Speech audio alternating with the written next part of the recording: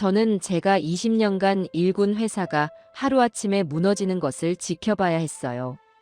15년 지기 친구의 보증을 섰다가 10억대의 빚을 떠안게 되었죠. 처음에는 막연히 해결될 거라 생각했지만 모든 것이 산산조각 났습니다. 아침부터 저녁까지 빚쟁이들이 회사로 찾아왔어요. 돈이 없으면 집이라도 처분하시죠. 보증을 선 이상 책임을 지셔야죠. 가족들 재산이라도 처분하세요. 계속되는 협박과 독촉에 아내는 밤잠도 못 이루고 눈물만 흘렸습니다. 아들 정기는 빚쟁이들이 찾아올 때마다 숨어야 했어요. 빚쟁이들은 점점 더 포악해졌어요. 당신 아들 건강해요? 얼굴 한번 되게 보고 싶네. 어디 하나 아작이 나봐야 정신을 차리려나? 더 이상 가족들이 고통받는 걸 볼 수 없었습니다. 결국 아내 정숙자와 위장 이혼을 결정했어요. 가족들의 재산을 지키기 위한 마지막 선택이었죠. 여보, 미안해. 당신한테 이런 고통을 주게 되어서서. 괜찮아요. 우리 다시 만날 날이 올 거예요. 아내는 눈물을 삼키며 이혼 서류에 도장을 찍었습니다.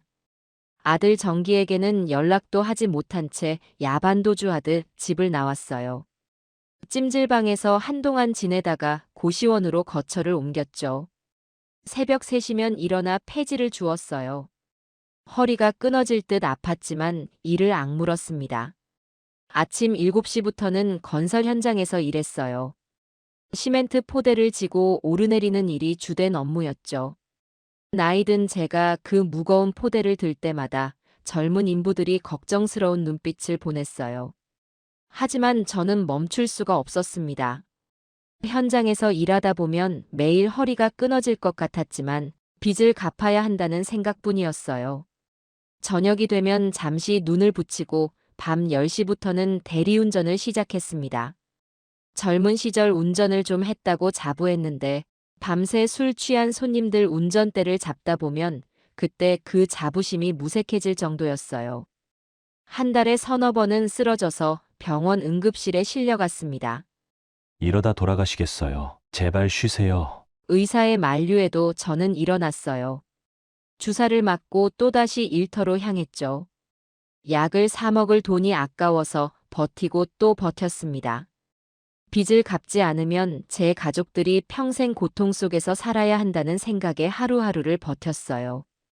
일하다 보면 문득문득 아들 정기 얼굴이 떠올랐습니다.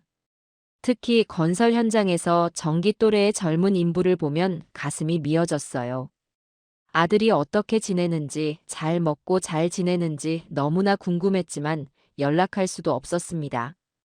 빚쟁이들이 혹시라도 아들을 찾아가 괴롭힐까봐 그저 멀리서 기도하는 것밖에 할 수 없었어요. 가끔 길에서 정기를 마주칠까봐 모자를 깊이 눌러쓰고 다녔죠. 저는 매달 조금씩 빚을 갚아 나갔어요. 처음에는 이자도 못 갚을 것 같았지만 3년이 지나니 조금씩 원금도 갚을 수 있었습니다. 그렇게 하루하루를 버텨나갔어요. 밤늦게 대리운전을 끝내고 고시원으로 돌아오면 아내가 준 사진 한 장을 보며 잠들곤 했죠. 정기가 대학 졸업할 때 찍은 가족 사진이었어요. 그때는 이런 날이 올 줄 몰랐는데. 하지만 후회해도 소용없었죠. 이제는 그저 빚을 다 갚고 가족들 곁으로 돌아갈 수 있기를 바랄 뿐이었습니다. 빚을 제외하고 매달 벌어들인 돈의 대부분을 전 부인에게 보냈어요. 전 부인은 그 돈으로 제가 지정한 회사의 주식을 꾸준히 매입했습니다. 그 회사는 제가 사업할 때 많은 도움을 받았던 곳이에요. 특히 제가 어려울 때도 거래를 끊지 않고 계속 믿어주었죠. 전 부인도 그 회사의 가치를 믿었기에 생활비를 제외한 모든 돈을 주식에 투자했어요. 여보, 이 회사는 절대 망하지 않을 거예요. 당신이 다시 일어설 때까지 이 주식을 계속 모을게요. 전 부인의 그 말이 제게는 큰 힘이 되었습니다. 하지만 우리 아들 정기가 문제였어요. 처음에는 한 달에 한 번 정도 지엄마를 찾아가더니 점점 횟수가 잦아졌습니다. 엄마, 사업 자금 좀 필요한데 돈 좀 빌려주면 안 돼? 주식 좀 팔아서 돈 마련해줘. 매번 거절당하자 정기의 태도가 돌변하기 시작했어요. 엄마가 돈이 없다는 게 말이 되냐고! 아빠가 보내주는 돈은 다 어디 갔어? 주식, 그게 뭐가 중요해? 당장 필요한 돈이 있다고! 전 부인은 매번 아들의 행패를 참아야 했습니다. 정기야, 이 돈은 네 아빠 거야. 엄마가 맘대로 할 수 없어. 네 아빠가 빚을 갚으려고 얼마나 고생하는지 너도 알잖아. 그러던 어느 날 정기가 며느리와 함께 찾아왔어요. 어머니, 저희 사업이 망하면 어머니도 좋을 게 없잖아요. 저희가 망하면 어머니한테 매일 찾아와서 행패 부릴 거예요. 그것보다는 주식 조금만 빼서 저희 주시는 게 어머니한테도 편하지 않을까요? 며느리의 말투는 공손했지만 그 안에 담긴 의미는 명백한 협박이었죠. 전 부인은 그래도 끝까지 버텼어요. 이 돈은 너희 시아버지 거야. 절대로 못 줘. 너가 아무리 그래도 이 돈은 건드리지 못할 거야. 그러자 정기가 책상을 내리치며 소리를 질렀다고 해요. 엄마는 아빠 도망간 거 봐도 정신 못 차렸네! 우리한테 돈 안 주고 주식만 사더니 이제는 아예 미쳤구나! 전 부인이 이런 이야기를 편지로 전해줬을 때 제 가슴이 찢어지는 것 같았습니다. 아들이 이렇게 변할 줄은 꿈에도 몰랐어요. 전 부인은 그래도 매번 아들의 행패를 참고 견뎌냈습니다. 여보, 걱정하지 말아요. 난 괜찮아요. 정기가 아무리 그래도 주식은 절대 안 팔 거예요. 하지만 정기 부부의 행패는 점점 심해졌어요. 어느 날은 전 부인의 집 앞에서 밤새도록 행패를 부렸다고 합니다. 이 돈 다 어디다 쓰려고 이러는 거야? 엄마가 우리 도와주기 싫어서 이러는 거지? 이웃들이 경찰에 신고를 하고 나서야 돌아갔다고 해요. 전 부인은 그래도 묵묵히 주식을 모았습니다. 저는 그저 멀리서 전 부인의 고통을 지켜볼 수밖에 없었어요. 아들의 행패를 막아주지도 못하고 전 부인을 보호해주지도 못했죠. 그렇게 시간이 흘러갔어요. 8년 동안의 피나는 노력 끝에 모든 빚을 청산했어요. 그동안 한 번도 아들과 연락하지 못했기에 설레는 마음으로 전화를 걸었습니다. 수차례 신호음이 울리고 나서야 아들이 전화를 받았어요. 여보세요. 떨리는 목소리로 겨우 한마디를 꺼냈죠. 정기야. 잠시 침묵이 흘렀어요. 이제 와서 왜 연락하시는 거예요? 차가운 목소리가 수화기 너머로 들려왔습니다. 아버지는 우리 버리고 도망가셨잖아요. 이제 와서 아버지 행세하시겠다는 거예요? 가슴이 찢어지는 것 같았어요. 정기야. 아버지가 그동안 말을 끝맺기도 전에 전화가 끊겼습니다. 그래도 저는 포기할 수 없었어요. 매일 같은 시간에 전화를 걸었죠. 어떤 날은 전화를 받자마자 끊어버렸고 어떤 날은 욕설을 퍼부었습니다. 이제 와서 뭘 어쩌겠다고 연락하시는 건데요? 아버지는 우리한테 자격 없어요. 다시는 연락하지 마세요. 그래도 전화를 걸었어요. 단 한 번이라도 아들과 제대로 된 대화를 나누고 싶었거든요. 하지만 돌아오는 건 비난과 원망뿐이었습니다. 아버지 때문에 제가 얼마나 고통받았는지 아세요? 친구들한테 아버지가 도망갔다는 소리를 들을 때마다 괴로웠다고요. 친구들이 손가락질하고 뒤에서 수군거리고 제가 얼마나 고통스러운 날들을 보냈는데 그래놓고 이제 와서 아버지 행세를 하시겠다고요? 빚만 남기고 도망간 아버지가 무슨 낯짝으로 찾아오신 거예요? 돈은 다 갚으셨다고요? 그게 뭐가 중요해요? 전 그동안 버림받은 자식이었잖아요. 엄마랑 저만 남겨두고 사라지셨잖아요. 빚 때문이었다고요? 그럼 연락이라도 하시지. 그동안 전화 한 통 없었잖아요. 어디서 뭐 하시는지, 살아계신지 죽으셨는지. 그런 아버지가 이제 와서 뭘 어쩌시겠다는 거예요? 제 청춘은 누가 책임져요? 동네 사람들 시선은 누가 책임지고 친구들한테 당한 모욕은 누가 씻어줄 건데요? 이제 와서 연락하지 마세요. 결국 한 달 만에 전화 연락을 포기했어요. 그때부터 전 부인을 통해서만 아들 소식을 들을 수 있었습니다. 정기가 요즘 노름에 빠졌다더라고요. 사업도 제대로 안 되는데 자꾸 빚만 늘어난대요. 며느리는 매일같이 돈 타령이에요. 전 부인의 이야기를 들을 때마다 가슴이 아팠어요. 제가 없는 동안 아들은 완전히 달라져 있었습니다. 정기가 어제는 또 행패를 부렸어요. 주식 팔아서 자기 빚 갚으라고 경찰까지 부르고 난리였죠. 전 부인의 목소리에는 한숨이 가득했어요. 아들이 저한테 협박까지 하더라고요. 주식 안 팔면 무슨 일 일어나는지 지켜보라면서. 제 잘못이었습니다. 제가 곁에서 아들을 제대로 키웠더라면. 그래도 전 부인은 저를 위로했어요. 당신 잘못 아니에요. 정기가 원래 그런 아이는 아니었잖아요. 언젠가는 정신 차릴 거예요. 하지만 아들의 행태는 점점 더 악화되어 갔습니다. 노름빚의 사업 실패까지 겹치면서 완전히 미쳐버린 것 같았어요. 매일같이 전 부인을 찾아가 행패를 부렸고 며느리는 이웃들에게까지 돈을 빌리러 다녔다고 해요. 그렇게 하루하루가 지나갔습니다. 저는 그저 전 부인의 이야기를 들으며 한숨만 쉴 수밖에 없었어요. 아들과의 관계는 이제 돌이킬 수 없을 것 같았습니다. 전화 통화조차 거부하는 아들을 어떻게 다시 만날 수 있을까요? 그저 시간이 해결해 주길 바랄 뿐이었어요. 하지만 시간이 지날수록 아들은 더 악착같이 변해갔습니다. 8년이란 세월 동안 제가 지정한 회사의 주가는 꾸준히 상승했어요. 전 부인이 한 푼 두 푼 모아둔 주식은 어느새 30억을 훌쩍 넘었습니다. 그동안 전 부인은 정말 고생했어요. 아들의 행패에도 불구하고 한 주 한 주 묵묵히 주식을 사모았죠. 여보, 이제 우리 다시 시작할 수 있을 것 같아요. 전 부인의 그 말에 저는 눈물이 났습니다. 저희는 재결합을 약속했어요. 이제 빚도 다 갚았으니 다시 시작해요. 전 부인의 제안에 저는 망설임 없이 고개를 끄덕였죠. 한 달 전 저희는 조용히 혼인신고를 마쳤어요. 구청 직원이 축하드린다고 말할 때 부인의 눈시울이 붉어졌습니다. 이제 함께 살 집도 알아보기 시작했어요. 여보, 이 동네 어때요? 공기도 좋고? 아내는 매일 부동산 전단지를 들고 와서 보여주었죠. 저는 그저 아내의 행복한 모습을 보는 것만으로도 좋았어요. 당신이 좋다는 곳이면 어디든 좋아.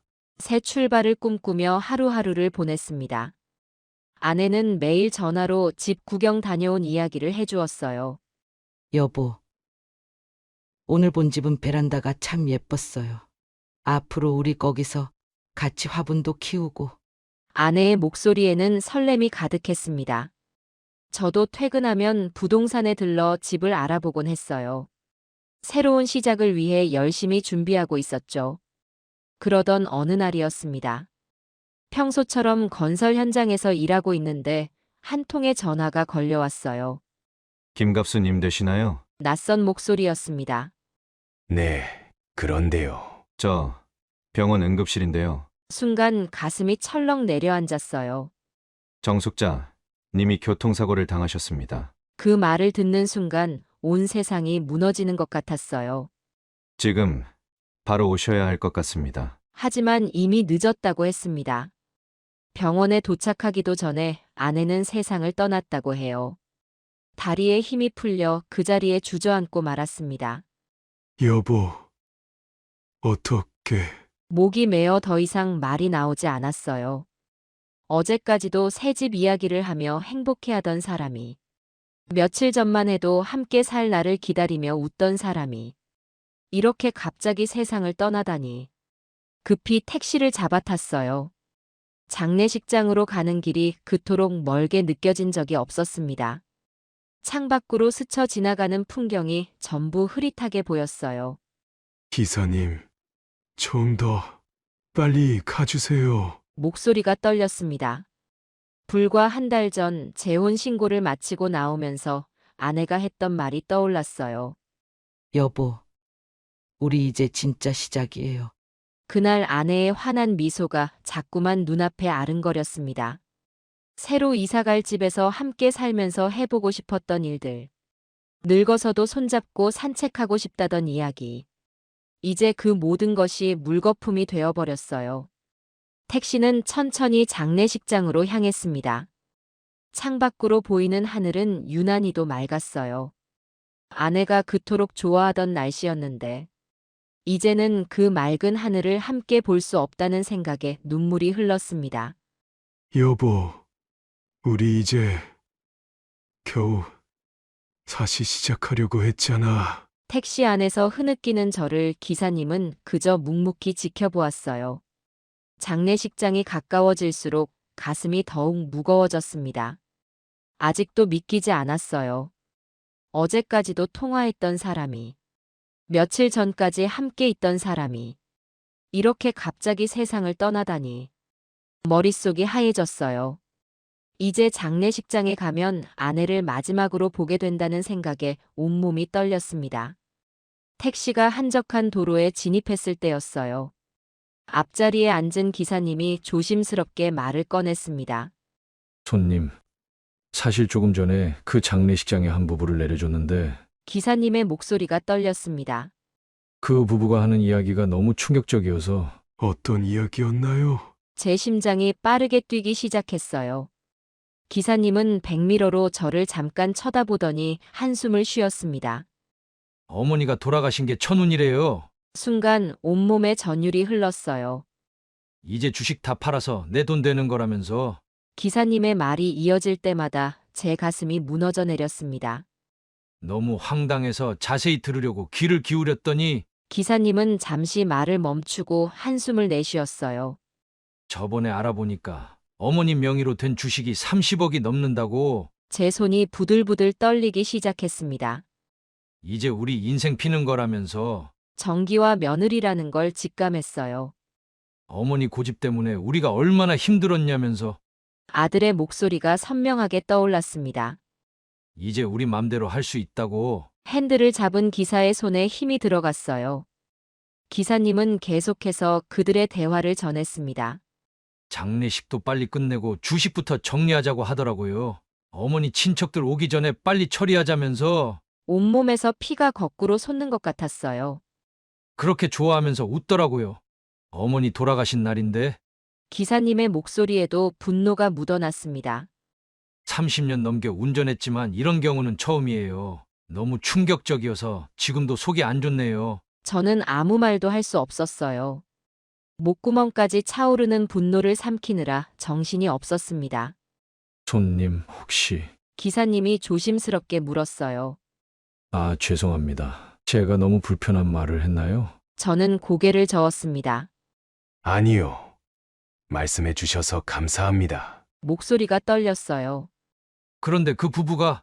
제 아들과 며느리입니다. 순간 차 안이 조용해졌어요. 기사님은 한동안 아무 말도 하지 못했습니다. 저 죄송합니다. 괜찮습니다. 하지만 전혀 괜찮지 않았어요. 제 심장은 터질 듯이 뛰고 있었고 손은 계속해서 떨리고 있었습니다. 그동안 아내가 겪었을 고통이 이제야 이해가 되었어요. 아들의 배신, 며느리의 협박, 모든 것이 선명하게 그려졌습니다. 장례식장까지 남은 거리가 점점 줄어들었어요. 기사님은 더 이상 아무 말도 하지 않았습니다. 그저 가끔 백미러로 저를 걱정스럽게 쳐다볼 뿐이었어요. 제 머릿속에서는 아들 내외의 대화가 계속 맴돌았습니다. 어머니가 돌아가신 게 천운이야. 이제 우리 맘대로 할 수 있잖아. 분노가 치밀어 올랐어요. 이런 불효막심한 짓을. 어떻게 내 자식이. 아내의 마지막 모습이 떠올랐습니다. 여보, 우리 이제 다시 시작이에요. 그 환한 미소가. 이런 아들 때문에. 장례식장이 보이기 시작했어요. 이제 곧 아들을 마주하게 될 것입니다. 어떤 표정으로 어떤 말로 마주해야 할지. 하지만 한 가지는 분명했어요.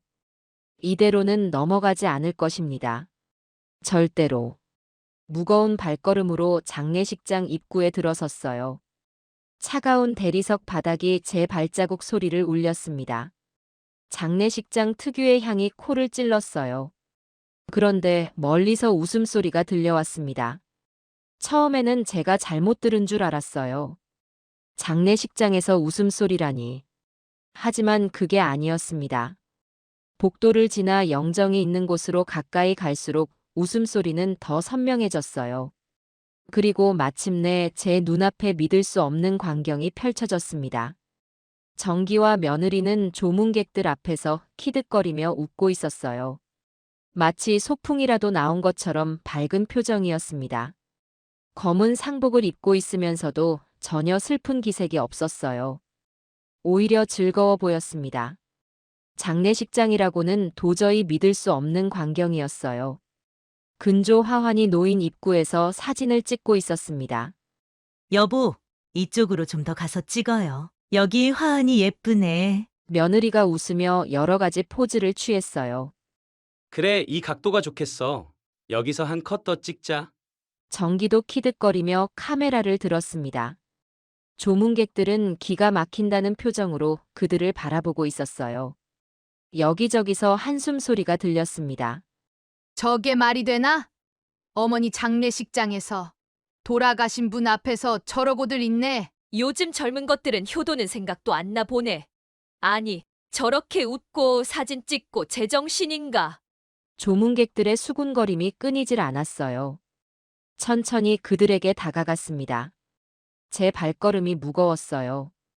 심장은 터질 듯이 뛰고 있었지만 최대한 침착함을 유지하려 노력했습니다.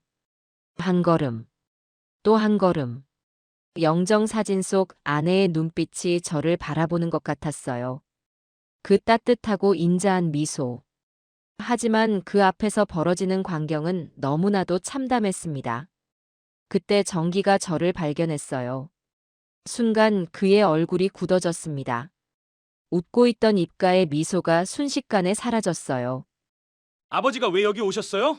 정기의 목소리가 장례식장을 울렸습니다. 그의 목소리에는 적대감이 가득했어요. 마치 원수를 대하듯 한 말투였습니다. 이혼하고 남이 된 사이 아닙니까? 더 이어서 도끼 어린 말을 내뱉었어요. 며느리도 재빨리 정기 옆으로 다가왔습니다. 맞아요. 여긴 가족들만 있어야 할 자리예요. 나가주세요. 며느리의 목소리는 더욱 거칠었어요. 마치 거지를 쫓아내듯 한 말투였습니다. 조문객들이 더욱 크게 수군거리기 시작했어요. 저런 식으로 돌아가신 분 자제가 아까는 사진 찍더니 이제는 저런 못된 행동을. 어머니가 돌아가셨는데 저렇게 해도 되나? 차라리 내가 저런 자식은 안 키우고 말지. 한숨 소리가 여기저기서 들렸습니다. 저는 천천히 가방을 열었어요. 떨리는 손으로 서류 한 장을 꺼냈습니다. 정기와 며느리는 비웃듯이 저를 바라보고 있었어요. 아직도 그들은 자신들이 이긴 줄 알고 있었습니다. 그들의 얼굴에는 승리의 미소가 가득했어요. 뭐예요, 그건? 정기가 조롱하듯 물었습니다. 또 무슨 서류를 들고 오신 거예요? 설마 돈 달라고? 며느리도 비아냥거렸어요. 하지만 그들의 말이 끝나기도 전에 제가 서류를 내밀었습니다. 조문객들의 시선이 일제히 그 서류로 향했어요. 순간 정적이 흘렀습니다. 아까까지 웃음소리로 가득했던 장례식장이 순식간에 조용해졌어요. 서류를 보는 순간 정기와 며느리의 얼굴이 하얗게 변했습니다. 핏기가 가신 얼굴로 서류를 바라보았어요. 거기에는 분명한 글씨로 적혀 있었습니다. 혼인신고서. 한 달 전 날짜와 함께. 그들의 얼굴에서 순식간에 피가 빠져나갔어요. 아까까지의 오만한 태도는 온데간데 없이 사라졌습니다. 이제 시작이었어요. 진짜 복수는 지금부터입니다. 담담하게 말을 꺼냈어요. 한 달 전에 재결합했다. 이제 남이 아니야. 그 순간 아들과 며느리의 얼굴이 하얗게 변했습니다. 마치 죽은 사람처럼 창백해졌어요. 가방에서 재혼 신고서를 꺼내 그들 앞에 내밀었습니다. 정기의 눈이 커졌어요. 손이 부들부들 떨리고 있었습니다. 이럴 수가. 정기가 갑자기 달려들었어요. 신고서를 낚아채려 했지만 이미 늦었습니다. 조문객들이 이미 다 보았거든요. 거짓말이야. 이건 거짓말이야. 정기가 고함을 지르기 시작했어요. 장례식장이 순식간에 아수라장이 되었습니다. 이런 짓을 하시면 어떡해요? 정기가 제 멱살을 잡았어요. 눈에는 광기가 서려 있었습니다. 돈이 그렇게 중요해요? 죽은 사람 재산 뺏으려고 이런 짓을. 정기의 말이 채 끝나기도 전에 퍽 소리가 났어요. 누군가 정기의 뺨을 세게 때렸습니다. 이 망할 놈아! 돌아보니 처남이었어요. 너 아까 뭐라고 했더라? 어머니 돌아가신 게 천운이라고? 주식 팔아서 돈 챙기자며 좋아하던 게 누구야? 조문객들 사이에서 술렁임이 일었어요. 며느리는 그 자리에서 그대로 실신해 버렸습니다. 정기는 더욱 미친 듯이 소리를 질렀어요. 이게 무슨 소리야? 누가 그런 소리를? 그때 택시기사가 들어왔습니다. 걔가 직접 들었습니다. 아까 제 택시에서 저 부부가 하는 말. 택시기사의 증언이 이어졌어요. 조문객들의 표정이 점점 일그러졌습니다. 어머니가 돌아가신 게 천운이래요. 이제 주식 다 팔아서 자기들 돈 된다면서. 정기는 계속해서 발버둥을 쳤어요. 거짓말이야. 저 사람이 거짓말을. 하지만 이미 늦었습니다. 조문객들은 모두 진실을 알아버렸어요. 장례식장은 아수라장이 되었습니다. 이런 불효막심한 놈을. 살아계신 어머니를 그렇게 괴롭히더니 돌아가시자마자 재산부터 챙기려고. 분노한 조문객들이 정기를 둘러싸기 시작했어요. 누군가가 경찰에 신고했나 봅니다. 사이렌 소리가 가까워졌어요. 얼마 지나지 않아 경찰이 도착했습니다. 하지만 정기는 경찰도 막무가내로 밀쳐냈어요. 다들 거짓말이야. 아버지가 조작한 거라고. 결국 정기는 공무집행방해 혐의로 현행범 체포되었습니다. 경찰차에 실려가는 정기를 보며 저는 한숨을 내쉬었어요. 실신한 며느리는 구급차에 실려 병원으로 향했고 장례식장에는 무거운 정적이 흘렀습니다. 조문객들은 저를 안타깝게 바라보았어요. 힘내세요, 회장님. 이런 자식은 자식이 아닙니다. 하지만 저는 이제 시작이라고 생각했어요. 아내의 한을 풀어주기 위해. 이제부터가 진짜 시작이니까요. 정기는 경찰서로 연행되었고 조사가 시작되었습니다. 며느리는 병원에서 깨어나자마자 해외로 도망갔다고 해요. 장례식은 조용히 치러졌습니다. 아내가 가는 마지막 길. 저는 혼자서 장례를 치르며 생각했어요. 당신이 그토록 지키려 했던 것들 내가 꼭 지켜낼 거야. 마지막 가는 길에 불효자식 때문에 이런 일을 겪게 해서 정말 미안했습니다. 하지만 이제 진짜 복수는 시작입니다. 장례식이 끝나고 아내를 보내준 다음 날이었어요. 아내가 살던 집을 정리하러 갔습니다. 오랫동안 살아온 집이라 정리할 게 많았어요. 그런데 서랍 깊숙이 숨겨져 있던 작은 상자를 발견했습니다. 손때 묻은 상자를 열어보니 녹음기와 수첩이 있었어요. 처음에는 그저 일기인 줄 알았습니다. 하지만 그게 아니었어요. 아내는 지난 8년 동안 모든 것을 기록해 두었더군요. 녹음기에는 정기와 며느리의 폭언이 고스란히 담겨 있었습니다. 이 돈이 다 어디로 갔냐고. 주식 그딴 거 팔아서 우리 돈 내놔. 미쳤어? 아빠 도망간 주제에 아직도 아빠 편이야? 가슴이 미어지는 것 같았어요. 수첩에는 더 충격적인 내용이 적혀 있었습니다. 정기가 아내의 명의로 대출을 받으려 했던 정황이 상세히 기록되어 있었어요. 어제는 밤 11시에 찾아와서 도장을 달라고 행패를 부렸다. 사채업자들과 함께 와서 협박했다. 내일 은행에 가자고 한다. 대출 서류에 도장을 찍으라고. 날짜와 시간까지 꼼꼼하게 기록되어 있었습니다. 아내는 이 모든 걸 참아내며 기록해 두었던 거예요. 증거를 모으고 있었던 겁니다. 혹시나 있을 불상사에 대비해서 가슴이 미어졌어요. 그 고통을 혼자서 견뎌내며 기록했다는 게 바로 경찰서로 향했습니다. 모든 증거를 들고서요. 녹음 파일만 해도 수십 개, 기록된 수첩만 해도 5권. 거기에는 정기 부부의 범죄 행각이 낱낱이 기록되어 있었어요. 대출 사기를 시도한 정황, 각종 협박, 심지어 아내의 통장을 훔쳐 돈을 빼가려던 시도까지. 경찰은 놀란 표정을 감추지 못했습니다. 이렇게 치밀한 기록은 처음 봅니다. 수사가 시작되었어요. 정기는 구치소에 있었지만 이제 더 큰 죄목이 추가되었습니다. 혐의가 하나둘 늘어갔어요. 도망간 며느리의 계좌를 조사하자 또 다른 사실이 드러났습니다. 다른 남자와 외도를 하며 돈을 빼돌리고 있었더군요. 정기는 그것도 모르고 있었어요. 조사가 진행될수록 충격적인 사실들이 연이어 드러났습니다. 정기 부부는 아내의 재산을 노리고 꼼꼼한 계획을 세워두었더군요. 심지어 강제 입원까지 계획하고 있었습니다. 아내를 정신병원에 강제 입원시키고 재산을 가로채려 했던 거예요. 그 계획이 적힌 수첩도 발견되었습니다. 경찰은 이 사건을 특별수사팀까지 꾸렸어요. 이런 악랄한 케이스는 처음입니다. 수사관들도 분노를 감추지 못했습니다. 정기에 대한 조사는 계속 이어졌어요. 노름 빚이 발견되었고 사채업자들과의 연루도 드러났습니다. 며느리는 해외로 도주한 상태였지만 인터폴에 수배가 내려졌어요. 아내의 기록 덕분에 모든 것이 밝혀졌습니다. 그녀는 마지막까지 모든 걸 기록해 두었던 거예요. 제게 진실을 알려주기 위해서, 아들의 만행을 폭로하기 위해서. 정기는 결국 구속 기소되었습니다. 재판이 시작되었고 많은 언론이 관심을 보였어요. 하지만 저는 인터뷰도 거절했습니다. 그저 법의 심판을 기다릴 뿐이었어요. 아내의 한을 풀어주는 건 이제 시작일 뿐입니다. 모든 수사가 끝나고 아내의 주식을 정리하기로 했어요.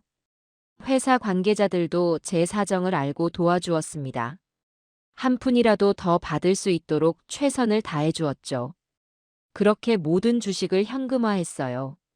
정확히 31억 4천만 원.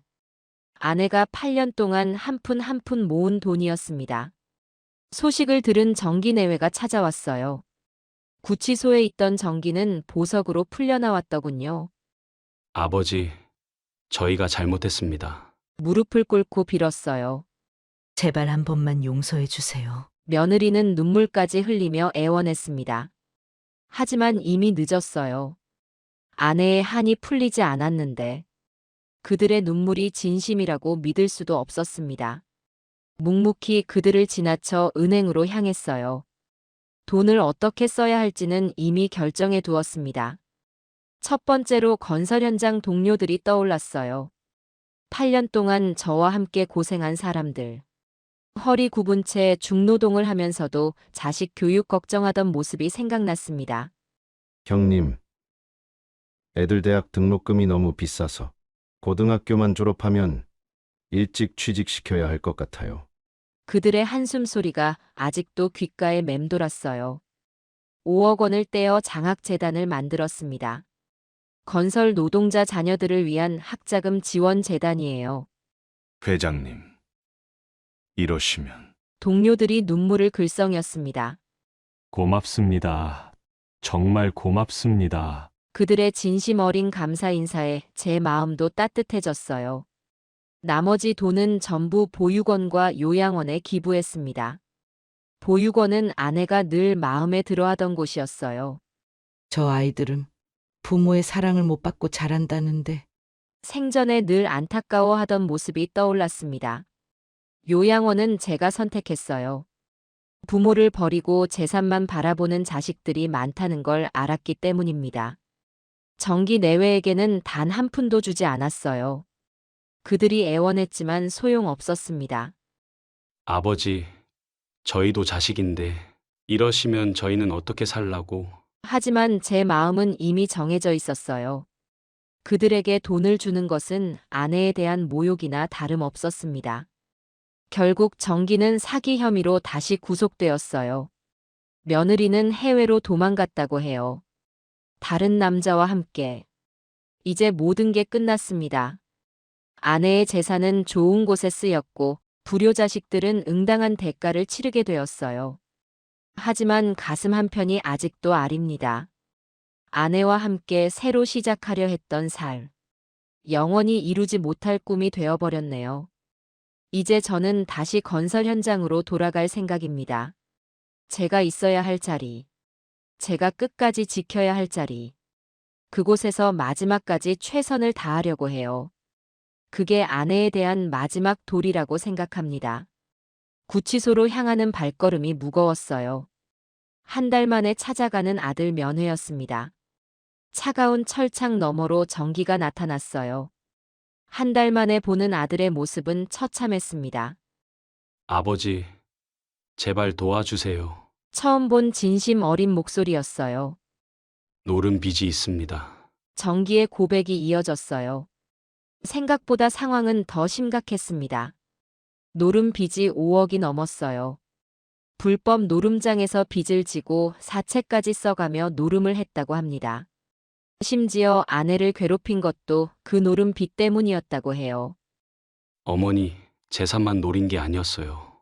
노름 빚 독촉에 시달려서. 뒤늦은 고백이 이어졌습니다. 며느리도 그 사실을 알고 있었대요. 그래서 더 급하게 아내의 재산을 노렸다는 겁니다. 면회를 마치고 나오는데 누군가가 저를 기다리고 있었어요. 노름장을 운영하는 사람들이었습니다. 아드님 빚이 있으신데 아버님이 좀 해결해 주셔야 할 것 같네요. 협박성 말투였어요. 하지만 전 단호했습니다. 성인인 자식의 빚은 부모가 해결할 의무가 없습니다. 그렇게 발길을 돌렸어요. 다음 날부터 정기의 집에 빚쟁이들이 몰려들기 시작했습니다. 경매 공고가 나왔어요. 정기 명의로 된 집이 경매에 넘어간다는 소식을 들었습니다. 그 집은 정기 결혼할 때 아내가 사준 집이었는데 결국 경매로 넘어갔어요. 낙찰가는 정기의 빚을 갚기에도 모자랐다고 합니다. 그 즈음 도망간 며느리 소식도 들려왔어요. 호주에서 새 남자를 만나 결혼했다는 소식이었습니다. 알고 보니 노름 빚을 알고 미리 도망갈 계획을 세워뒀던 거예요. 해외 계좌로 돈을 빼돌리고 있었다는 사실도 밝혀졌어요. 정기는 아내의 배신에 충격을 받았다고 합니다. 빚쟁이들의 독촉은 점점 심해졌어요. 이제는 제 회사로도 찾아오기 시작했습니다. 아드님이 지은 빚 아버님이 해결하셔야죠. 우리가 얼마나 참았는데. 하지만 전 끝까지 모른 척했어요. 회사 경비실에 아들 관련 방문객은 일절 받지 말라고 지시했습니다. 정기를 향한 빚 독촉은 계속되었어요. 구치소로 찾아가 행패를 부리는 빚쟁이들도 있었습니다. 하지만 저는 그저 멀리서 지켜볼 뿐이었어요. 이게 정기가 받아야 할 업보라고 생각했거든요. 지엄마를 그토록 괴롭히더니 이제 그 대가를 치르는 겁니다. 정기는 구치소에서 매일 편지를 보내왔어요. 아버지, 제발 한 번만 도와주세요. 이번 한 번만 기회를 주신다면. 하지만 그 편지들은 전부 제 서랍 속에 들어갔습니다. 읽지도 않은 채로요. 한때는 이 아이도 천진난만했었는데 그때로 돌아갈 수만 있다면 좋으련만. 이제는 너무 늦어버렸네요. 아내의 한이 풀리지 않은 채로 정기의 미래도 이미 어둠 속으로 빠져버렸습니다. 1년이란 시간이 흘렀어요. 구치소에서 출소한 정기의 모습을 누군가가 목격했다고 합니다. 새벽녘 폐지를 줍는 모습이었다고 해요. 허름한 옷차림에 까칠한 수염. 한때 잘 나가던 사업가의 모습은 온데간데 없었습니다. 회장님, 정기 도련님 보셨어요? 건설 현장 인부가 제게 물었어요. 요즘 여기 근처에서 폐지를 주워 가더라고요. 현장 인부들도 정기를 알아봤나 봅니다. 아침 일찍 현장으로 출근할 때면 정기가 골목을 서성이는 모습이 자주 목격되었어요. 저를 찾아온 건가? 아니면 우연히 이 근처를 떠돌게 된 건가? 궁금했지만 물어볼 수는 없었습니다. 회장님, 도련님이 많이 야위셨더라고요. 혼자서 중얼중얼 하면서 다니시던데. 인부들의 이야기를 들을 때마다 가슴이 아팠어요. 하지만 아내의 한을 생각하면 쉽게 마음을 열 수가 없었습니다. 여보, 우리 정기가 아직은 안 돼. 아내의 영정 앞에서 매일 밤 대화를 나눕니다. 당신이 얼마나 고통받았는데 그 아이를 어떻게 다시... 어느 날은 정기가 현장 근처 골목에서 쓰러져 있는 걸 발견했다고 해요. 회장님, 도련님이 쓰러지셨어요. 급히 병원으로 실려갔다고 합니다. 영양실조와 탈수 증세였어요. 며칠째 제대로 된 끼니를 못 챙겼다고 하더군요. 발걸음이 자꾸 병원으로 향했습니다. 하지만 병실 앞에서 발길을 돌릴 수밖에 없었어요. 대신 병원비는 제가 처리했습니다. 성함이? 간호사의 질문에 조용히 고개를 저었어요. 익명으로 처리해 주세요. 퇴원하는 날 멀리서 정기를 지켜보았습니다.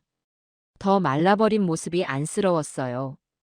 허름한 옷차림으로 비틀거리며 걸어가는 뒷모습. 한때는 당당했던 아들의 모습은 찾아볼 수 없었습니다. 저기 회장님, 간호사가 다가왔어요. 도련님이 매일 병실에서 우시더라고요. 어머니, 아버지 하면서. 가슴이 미어졌습니다. 하지만 아직은 안 됩니다. 아내의 한이 풀리지 않았는데 정기는 다시 거리로 나갔어요. 이제는 병원 앞에서도 폐지를 줍기 시작했습니다. 회장님, 도련님이 어제는 현장 인부들이 전해주는 소식에 마음이 아팠어요. 길에서 주무시다가 파출소로 끌려가셨대요. 요즘은 식사도 제대로 못 하신다고. 갑수는 멀리서 아들을 지켜보았습니다. 때로는 몰래 도시락을 놓고 오기도 했어요. 정기가 자주 들르는 골목에. 하지만 직접 만날 순 없었습니다. 아내의 한을 생각하면 아직은 안 되는 거예요. 여보, 우리 정기가 많이 후회하는 것 같아. 하지만 당신이 겪은 고통을 눈물이 흘렀습니다. 언제쯤 이 아들을 다시 받아들일 수 있을까요? 아내의 한이 언제쯤 풀릴까요? 그저 멀리서 지켜볼 수밖에 없는 지금. 가슴 한켠이 미어집니다. 어느덧 2년이라는 시간이 흘렀습니다. 며칠 전부터 건설 현장이 부산스러워졌어요. 새로운 일꾼이 들어온다는 소문이 돌았습니다. 그날 아침, 정기가 현장 소장실 앞에 서 있었어요. 일을 하고 싶습니다. 허름한 옷차림으로 고개를 깊이 숙이고 있었습니다. 아버님처럼 저도 처음부터 다시 시작하고 싶습니다. 현장 소장은 잠시 망설였다고 해요. 정기의 과거를 알고 있었거든요. 하지만 그의 눈빛에서 진심이 보였다고 합니다. 결국 막노동부터 시작하라는 조건으로 채용했어요. 새벽 5시. 제가 항상 출근하던 그 시간에 정기도 현장에 나왔습니다. 가장 먼저 현장에 도착해서 청소부터 시작했어요. 시멘트 포대를 나르고 무거운 자재를 옮기고 한때는 손끝 하나 더럽히지 않던 아들이었는데 점심시간이 되면 혼자 구석에 앉아 도시락을 먹었다고 해요. 주머니에서 바랜 사진 한 장을 꺼내 들곤 했습니다. 어머니, 그렇게 중얼거리며 울었다고 해요. 동료들이 전해주는 이야기를 들을 때마다 마음이 아팠습니다. 정기는 누구보다 열심히 일했어요. 가장 힘든 일만 찾아서 했습니다. 누가 시키지 않아도 제일 늦게까지 남아 현장을 정리했어요. 술도 완전히 끊었다고 합니다. 예전에 노름하던 습관도 모두 버렸고요. 죄송합니다. 정말 죄송합니다. 일을 하면서도 계속 중얼거렸다고 해요. 월급은 한 푼도 쓰지 않고 어머니 제사상 차리는데 썼답니다. 형님, 정기 씨 정말 많이 변했어요. 동료들이 전해주는 소식에 가슴이 먹먹해졌어요. 하지만 저는 여전히 아들을 피했습니다. 같은 현장에 있으면서도 마주치지 않으려 노력했어요. 아들이 일하는 구역은 일부러 돌아가곤 했습니다. 혹시라도 마주칠까봐 식사 시간도 달리 했고요. 현장 소장을 통해서만 아들의 소식을 전해 들었어요. 회장님, 정기 씨가 요새 많이 힘들어 보입니다. 그래도 불평 한마디 없이 일하고 있어요. 월급도 안 받겠다고 하더라고요. 정기의 변화는 진심인 것 같았습니다. 다른 일꾼들도 정기를 인정하기 시작했어요. 정기 씨 정말 성실하네요. 저렇게 열심히 일하는 사람 처음 봤어요. 소장실에는 정기를 칭찬하는 말들이 자주 들려왔습니다. 하지만 저는 쉽게 마음을 열 수가 없었어요. 아내가 겪었을 고통이 자꾸 떠올랐거든요.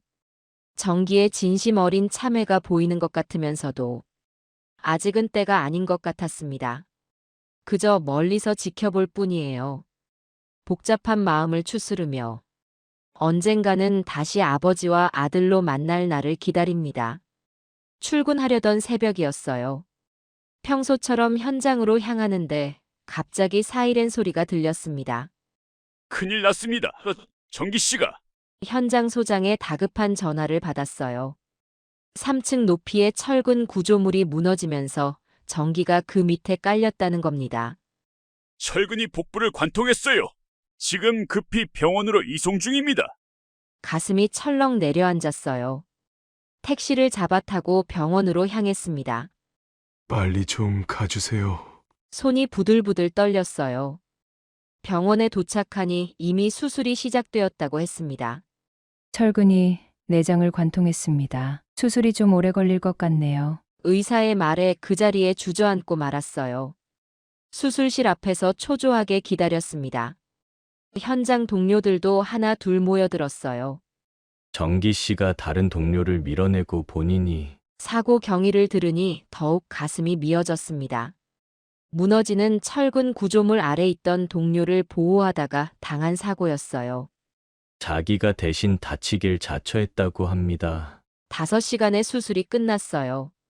다행히 수술은 성공적이었습니다. 의사의 말에 안도의 한숨을 내쉬었어요. 하지만 여기서 끝이 아니었습니다. 재활에는 최소 1년이 걸릴 것 같네요. 평생 후유증이 남을 수도 있습니다. 병실 앞까지 발걸음이 향했어요. 하지만 문 앞에서 멈추고 말았습니다. 아직은 때가 아닌 것 같았어요. 대신 현장 동료들을 통해 정기를 돌봐달라고 부탁했습니다. 제가 기부한 기금으로 치료비를 대주세요. 재활 치료비도 전부. 동료들은 순순히 제 부탁을 들어주었어요. 걱정 마세요, 회장님. 저희가 잘 돌보겠습니다. 매일매일 동료들을 통해 정기의 상태를 전해 들었습니다. 오늘은 열이 좀 높았어요. 재활 치료가 힘들어서 많이 지쳐 보입니다. 간간히 정기가 중얼거리는 말도 전해 들었어요. 어머니, 이제야 제가 잘못한 걸 깨달았습니다. 아버지, 죄송합니다. 멀리서 지켜보는 것이 더 힘들었습니다. 병실 앞까지 가서는 들어가지 못하고 돌아서는 날들이 이어졌어요. 때로는 병실 안에서 들리는 소리에 발걸음이 떨어지지 않았습니다. 아버지. 정기가 부르는 소리가 들릴 때면 가슴이 미어졌어요. 하지만 아직은, 아내의 한을 생각하면 아직은. 현장 동료들은 매일 번갈아가며 정기를 돌봐주었습니다. 식사를 챙기고 재활치료를 도와주고. 회장님 걱정 마세요. 정기 씨가 열심히 재활하고 있습니다. 때로는 동료들이 전해주는 이야기에 눈시울이 붉어졌어요. 어제는 혼자서 화장실도 다녀왔어요. 조금씩 나아지고 있습니다. 재활치료는 고통의 연속이었다고 해요. 하지만 정기는 불평 한마디 없이 견뎌냈답니다. 이 정도 고통은 제가 받아야 할 벌이니까요. 동료들이 전해주는 정기의 말에 마음이 아팠어요. 매일 밤 아내의 영정 앞에서 이야기를 나눕니다. 여보, 우리 정기가 많이 달라졌어. 이제는 용서해도 될까? 하지만 쉽게 답이 나오지 않았습니다. 그저 멀리서 지켜볼 뿐이에요. 언젠가는 다시 아버지와 아들로 만날 수 있겠죠. 하지만 지금은 조금 더 시간이 필요할 것 같습니다. 재활치료사가 처음으로 정기의 변화를 전해왔어요. 손 떨리는 글씨체로 일기를 쓰기 시작했다고 합니다.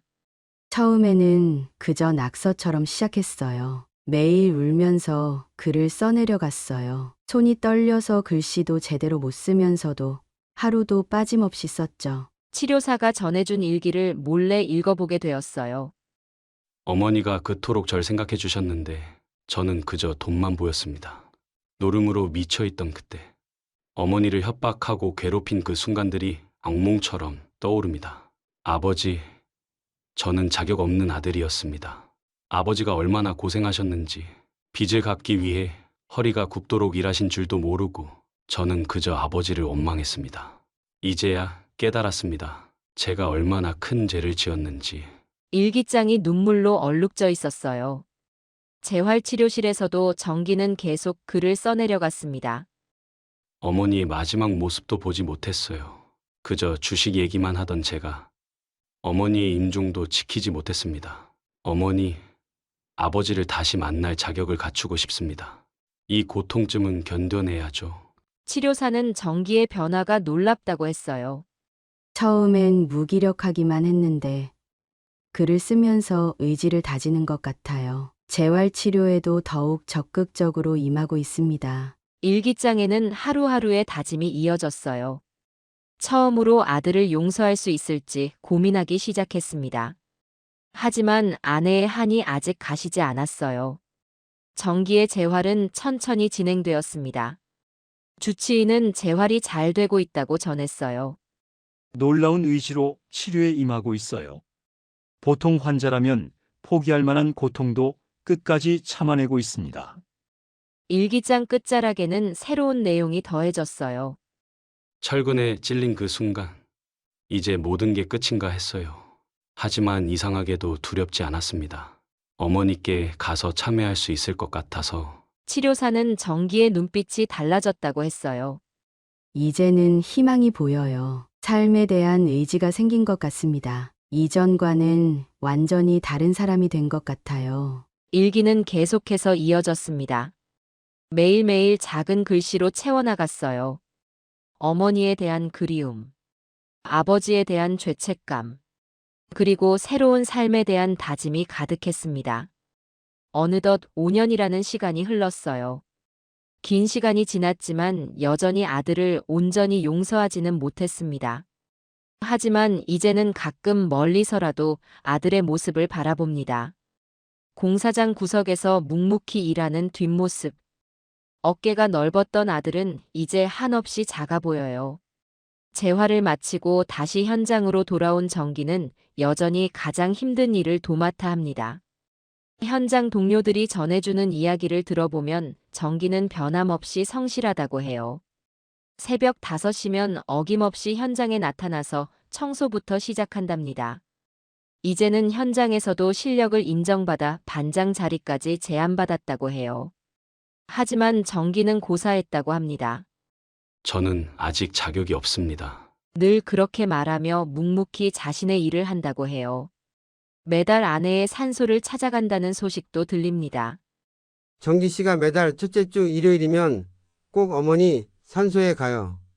무릎 꿇고 몇 시간씩 참여한다고 하더라고요. 동료들이 전해주는 이야기에 가슴 한켠이 먹먹해집니다. 때로는 저도 멀리서 그 모습을 지켜보곤 해요. 1시간, 2시간.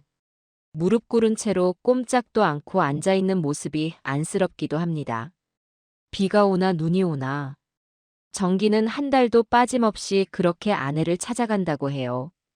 현장에서 번 돈은 대부분 지어머니 제사상 차리는 데 쓴답니다. 조촐하게 자취하면서 모은 돈으로 매번 아내가 좋아하던 음식을 준비한대요. 동료들은 정기의 효심이 대단하다고들 합니다. 이제는 정말 달라졌어요. 하지만 저는 아직도 확신이 서지 않아요. 아내가 겪었을 그 고통의 시간들. 쉽게 용서할 수 있을지 모르겠습니다. 정기도 그걸 알고 있는지 저를 찾아오지는 않아요. 그저 멀리서 어렵게 바라볼 뿐입니다. 가끔 시선이 마주칠 때면 고개를 푹 숙이고 지나가곤 하죠. 그런 모습을 보면 안쓰럽기도 하지만 아직은 때가 아닌 것 같아요. 동료들은 이제 화해할 때도 되지 않았냐고 말합니다. 하지만 쉽게 결정을 내릴 수가 없어요. 시간만이 해답을 줄 수 있을 것 같습니다. 언젠가는 그날이 올 때까지 저는 멀리서 지켜볼 뿐이에요. 여러분이 제 상황이라면 여러분은 아들을 용서해 주시겠습니까? 댓글로 남겨주시면 참고하도록 하겠습니다. 건설 현장의 새벽은 여전히 차갑고 고요합니다. 시멘트 먼지 날리는 공사장 한켠에서 아들은 오늘도 묵묵히 일하고 있어요. 한때는 양복 차림으로 당당하게 걸어다니던 아들이었는데 이제는 낡은 작업복이 그의 전부가 되었습니다. 허리 굽혀 시멘트 포대를 나르는 모습이 안쓰럽지만 그게 그의 선택이었어요. 차가운 바람이 불어와도 그는 묵묵히 일합니다. 새벽 이슬이 그의 낡은 작업모에 맺히고 먼지 묻은 얼굴로 하루를 시작해요. 무거운 자재를 나르다 보면 철근에 찔렸던 상처가 아프다고 하지만 그는 멈추지 않습니다. 어머니의 산소에 피어난 들꽃처럼 아들의 참에도 조금씩 꽃을 피우고 있는지도 몰라요. 매달 첫째 주 일요일, 그는 어머니의 산소를 찾아갑니다. 무릎 꿇고 앉아 몇 시간이고 움직이지 않아요. 가을비가 내려도 겨울 눈이 쌓여도 그의 참에는 멈추지 않습니다. 때로는 멀리서 그 모습을 바라봅니다. 무거운 침묵 속에 들리는 아들의 흐느낌이 가슴을 적시곤 해요. 봄날의 매화처럼 서둘러 피어날 수는 없나 봅니다. 시간이 더 필요한가 봐요. 어머니의 한이 녹아내리고 아들의 참회가 더 깊어지기를 기다립니다. 차가운 겨울 바람이 불어와도 그는 묵묵히 산소를 지킵니다. 어머니가 좋아하시던 국화꽃을 들고서 한 송이 한 송이 정성스레 놓으며 이야기를 건넵니다. 저 멀리 구름 사이로 비치는 햇살처럼 언젠가는 따스한 화해의 순간이 오겠죠. 하지만 지금은 이대로가 좋습니다. 서로를 지켜보는 것으로 충분해요. 시간이 흘러도 변치 않는 것들이 있습니다. 어머니에 대한 그리움도 아들에 대한 미안함도 세월이 흘러도 지워지지 않는 마음이에요. 깊어가는 밤 현장 한켠에 남아 일하는 아들을 바라봅니다. 낡은 작업등 아래서 홀로 일하는 뒷모습이 쓸쓸해 보여요. 하지만 그 모습이 참 진실되어 보입니다.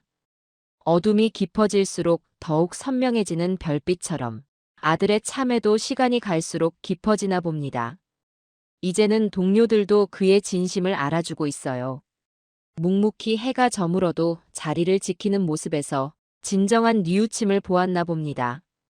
저녁 노을이 질 때면 아내의 모습이 떠오르곤 해요. 따스한 미소로 내려다보고 있을 것 같아서 가슴 한켠이 먹먹해집니다. 시간이 흐르면 모든 것이 제자리를 찾아가듯 우리도 언젠가는 다시 만나겠죠. 그때까지 이렇게 멀리서라도 지켜보며 기다리렵니다. 김민수는 20대 후반 친구의 소개로 만난 지영과 사랑에 빠졌어요. 지영은 민수에게 있어 세상에서 가장 특별한 사람이었죠. 지적인 매력과 따뜻한 성품을 지닌 그녀와의 시간은 민수에게 마치 꿈처럼 느껴졌어요. 두 사람은 결혼 후 조용하고 평화로운 시골 마을에서 함께 살았습니다. 결혼 생활은 민수에게 늘 새로운 기쁨을 안겨줬어요.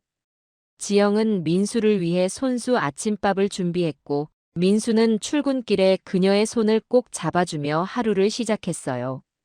그들의 집은 크지는 않았지만 따뜻함으로 가득 찼습니다. 아침 햇살이 비치는 부엌 창가에 선 지영의 모습은 민수에게 세상의 모든 행복을 보여주는 듯 했죠. 결혼 후 2년쯤 지나 지영은 민수에게 딸을 선물했어요. 작고 사랑스러운 딸아이를 품에 안고 지영은 환히 웃었고 민수는 그 모습에 감격의 눈물을 흘렸습니다. 딸의 이름은 지은. 지영의 은혜라는 뜻을 담아 민수가 직접 지었어요. 그 이름처럼 지은은 민수의 삶에 은혜로운 존재가 되어 주었습니다. 민수는 딸의 작은 손과 발을 보며 세상에 이보다 더 완벽한 존재가 있을까 싶었어요. 지은이 울음을 터뜨릴 때마다 그는 곧장 달려가 품에 안아줬습니다. 지영이 민수를 보고 미소 지었어요. 당신이 이렇게 아이를 잘 돌볼 줄 몰랐어요. 우리 지은이니까 당연히 잘해야지. 그렇게 세 사람은 서로를 의지하며 행복한 나날을 보냈어요. 주말이면 민수는 지영과 지은을 데리고 동네 공원으로 나갔습니다. 지은이 어린아이답게 흙놀이를 하고 미끄럼틀을 타며 웃을 때마다 민수의 가슴은 따뜻해졌습니다. 지영은 그런 민수와 지은을 보며 살며시 미소를 지었고 민수는 그 미소에 늘 반했어요. 그런데 지은이 3살이 되던 해 겨울이었어요. 지영은 마을에서 열리는 모임에 참석하고 돌아오는 길이었죠. 평소와 다를 것 없던 날이었기에 민수는 크게 신경 쓰지 않았습니다. 그러나 그날 밤 경찰로부터 뜻밖의 전화가 걸려왔어요. 김민수 씨 되십니까? 큰일이 생겼습니다. 민수는 황급히 병원으로 달려갔습니다. 그곳에서 지영이 심각한 교통사고를 당했다는 말을 들었죠. 눈앞이 캄캄해지는 것 같았어요. 의사의 설명에 따르면 지영은 길을 건너던 중 불법 유턴하던 차량에 치였고 크게 다쳤다고 했습니다. 민수는 곧바로 수술실 앞에서 손을 모으고 기도하기 시작했습니다. 제발 아내를 살려주세요. 제발. 그러나 몇 시간 후 의사는 민수에게 고개를 숙이며 말했어요. 정말 안타깝지만 최선을 다했음에도 불구하고 부인을 살리지 못했습니다. 그 순간 민수의 세계는 무너졌습니다. 지영 없이 살아갈 미래를 상상조차 할 수 없었어요. 장례식 동안 민수는 충격과 슬픔에 빠져 한동안 아무 말도 할 수 없었습니다. 그는 지영의 사진을 가슴에 안고 밤마다 흐느꼈어요. 하지만 그를 더욱 힘들게 했던 건 3살밖에 되지 않은 지은의 순수한 눈망울이었습니다. 아빠, 엄마는 어디 갔어? 지은의 물음에 민수는 대답할 말을 찾을 수 없었어요. 결국 그는 딸을 꼭 끌어안고 말없이 눈물을 흘렸습니다. 지영을 잃은 슬픔 속에서도 민수는 딸을 위해 살아야 한다는 것을 알았습니다. 지은은 민수에게 남은 유일한 희망이었죠. 그는 딸에게 더 많은 사랑을 주기 위해 노력하며 하루하루를 버텼습니다. 밤마다 지영의 사진을 바라보며 그녀가 남긴 지은을 잘 키우겠다고 다짐했어요. 지영아, 내가 지은이를 꼭 잘 키울게. 그러니까 걱정 말고 편히 쉬어. 그렇게 민수의 삶은 슬픔 속에서도 딸에 대한 사랑으로 다시금 빛을 찾기 시작했어요. 그의 하루는 지은을 위해 존재했고 그 사랑은 민수의 삶을 붙잡아주는 유일한 힘이었습니다. 민수는 매일 아침 6시면 눈을 떴습니다. 어두운 하늘이 서서히 밝아오는 시간, 그는 하루의 시작을 준비하며 딸 지은의 방으로 향했어요. 잠들어 있는 지은의 얼굴을 보면 피곤함도 잊을 만큼 마음이 따뜻해졌습니다. 지은아, 일어날 시간이야. 우리 공주님, 오늘도 씩씩하게 일어나야지. 민수가 부드럽게 딸의 이름을 부르면 지은은 눈을 비비며 이불 속에서 고개를 내밀었어요. 아빠, 조금만 더 잘래요. 하지만 민수가 밥 먹으면 아빠가 지은이 좋아하는 인형 사줄 텐데. 라고 말하면 지은은 곧바로 벌떡 일어나 환히 웃었습니다. 진짜요? 아빠 최고예요. 지은이 4살이 되던 겨울, 민수는 딸의 머리를 묶어주는 일이 아침의 중요한 일과가 되었어요. 지은아, 오늘은 어떤 머리를 하고 싶어? 양갈래로 묶을까? 아니면 리본으로 장식할까? 지은은 거울 앞에 앉아 고민하다가 밝게 대답했어요. 아빠, 리본 묶어주세요. 친구들이 제일 예쁘대요. 민수는 딸의 작은 머리칼을 손으로 조심스럽게 모으며 묶어주었어요. 처음에는 손이 서툴러 머리가 삐뚤어지기도 했지만 민수는 딸이 기뻐하는 모습을 보며 더 열심히 연습했죠. 지은은 거울을 보며 만족스러운 듯 활짝 웃었습니다. 아빠가 해주니까 더 예뻐요. 진짜예요. 그 한마디는 민수의 피곤함을 잊게 만들었고 하루를 버티게 해주는 가장 큰 힘이 되었어요. 아침 식사를 준비하는 일도 민수에게는 중요한 도전이었어요. 아내가 있을 때는 늘 그녀가 완벽한 아침을 준비했지만 민수는 요리에 익숙하지 않았습니다. 그래도 딸을 위해 노력해야 한다는 생각에 포기하지 않았습니다. 지은아, 오늘은 아빠가 계란말이를 만들어 볼게. 어떻게 생각해? 지은은 부엌 테이블에 앉아 아빠가 달걀을 휘젓고 프라이팬에 붓는 모습을 신기한 듯 바라보았습니다. 아빠 진짜 멋져요. 요리사 같아요. 민수는 계란말이를 뒤집으려다 조금 태웠지만 딸이 맛있게 먹는 모습을 보며 안도했습니다. 아빠, 이거 너무 맛있어요. 제가 먹어본 계란말이 중에 최고예요. 민수는 딸의 칭찬에 웃으며 대답했어요. 지은이가 잘 먹으니 아빠가 요리하는 보람이 있구나. 그 작은 순간들이 민수에게는 하루를 살아가는 큰 힘이 되었죠. 비가 세차게 내리던 어느 오후, 민수는 지은을 유치원에서 데려오고 있었습니다. 우산을 쓰고 서둘러 길을 걷는 와중에 지은이 갑자기 걸음을 멈췄어요. 아빠, 저기 봐요. 웅덩이. 그녀의 눈이 반짝이며 물웅덩이를 가리켰습니다. 작은 웅덩이는 빗물로 가득 차 있었고 지은은 발을 들썩이며 말했어요. 저기 뛰어도 돼요? 한 번만요. 민수는 잠시 망설였습니다. 옷이 젖으면 감기에 걸릴 수도 있고 집에 돌아가 옷을 다시 갈아입히는 것도 일이었으니까요. 하지만 딸의 간절한 눈빛을 보자 마음이 약해졌습니다. 그럼 한 번만이다. 옷 다 젖으면 큰일 나니까 조심히 뛰어야 해. 지은은 아빠의 허락에 활짝 웃으며 장화를 신은 발로 웅덩이로 달려갔습니다. 작은 발이 빗물을 튀길 때마다 지은은 깔깔거리며 웃었어요. 아빠, 너무 재미있어요. 물이 막 튀어요. 지은은 웅덩이를 뛰어다니며 순수한 기쁨을 만끽했어요. 민수는 딸의 모습에 저절로 미소가 번졌습니다. 비가 내리는 차가운 날씨에도 딸의 웃음은 민수의 마음을 따뜻하게 만들었습니다. 아빠도 와요. 같이 뛰어요. 지은이 손을 내밀며 민수를 불렀습니다. 민수는 잠시 망설이다 딸의 손을 잡고 함께 웅덩이로 향했어요. 둘은 장화를 신은 채 웅덩이를 뛰어넘고 빗물을 튀기며 함께 웃었습니다. 아빠, 너무 재미있어요. 다음에 또 비 오면 같이 웅덩이 뛰어도 돼요. 지은의 말에 민수는 고개를 끄덕이며 말했어요. 그래. 다음에도 이렇게 재미있게 놀자. 하지만 오늘은 여기까지. 이제 집에 가서 따뜻한 물로 씻고 따뜻한 차 한잔하자.